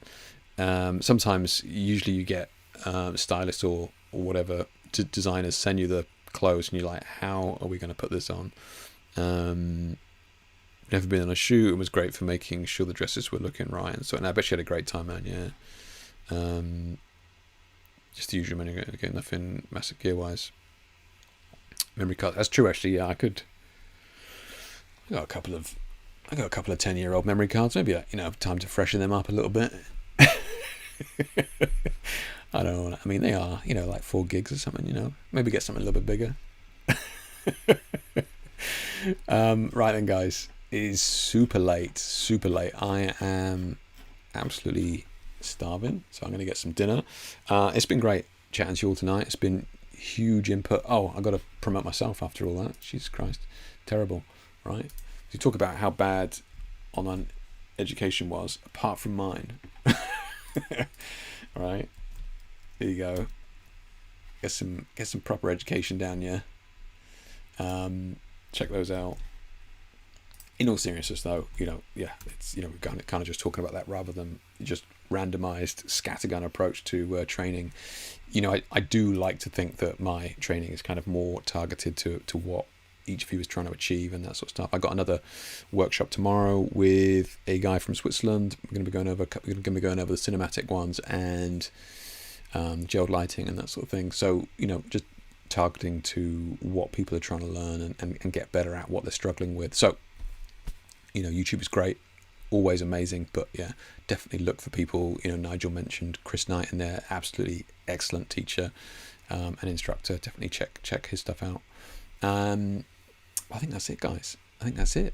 Yeah, thank you so much for sharing all your ideas and stuff and being chatty tonight. Kat, thank you for sticking around. Always a pleasure. 128 gigabyte Extreme Pros for 16 quid on Amazon. That is sold, mate. I'll have that. I'm all over that. Topaz Lab, 60% off. I'll have a look at that, actually. Yeah, I'll have a look. It's not really my sort of thing, but a deal's a deal. Been a pleasure, guys. I'm going to try and keep myself talking whilst I find the tab to actually close this. Did it. Nice one. Be a smooth exit as always. Take care. It's always a pleasure. Catch you in the next one. Bye.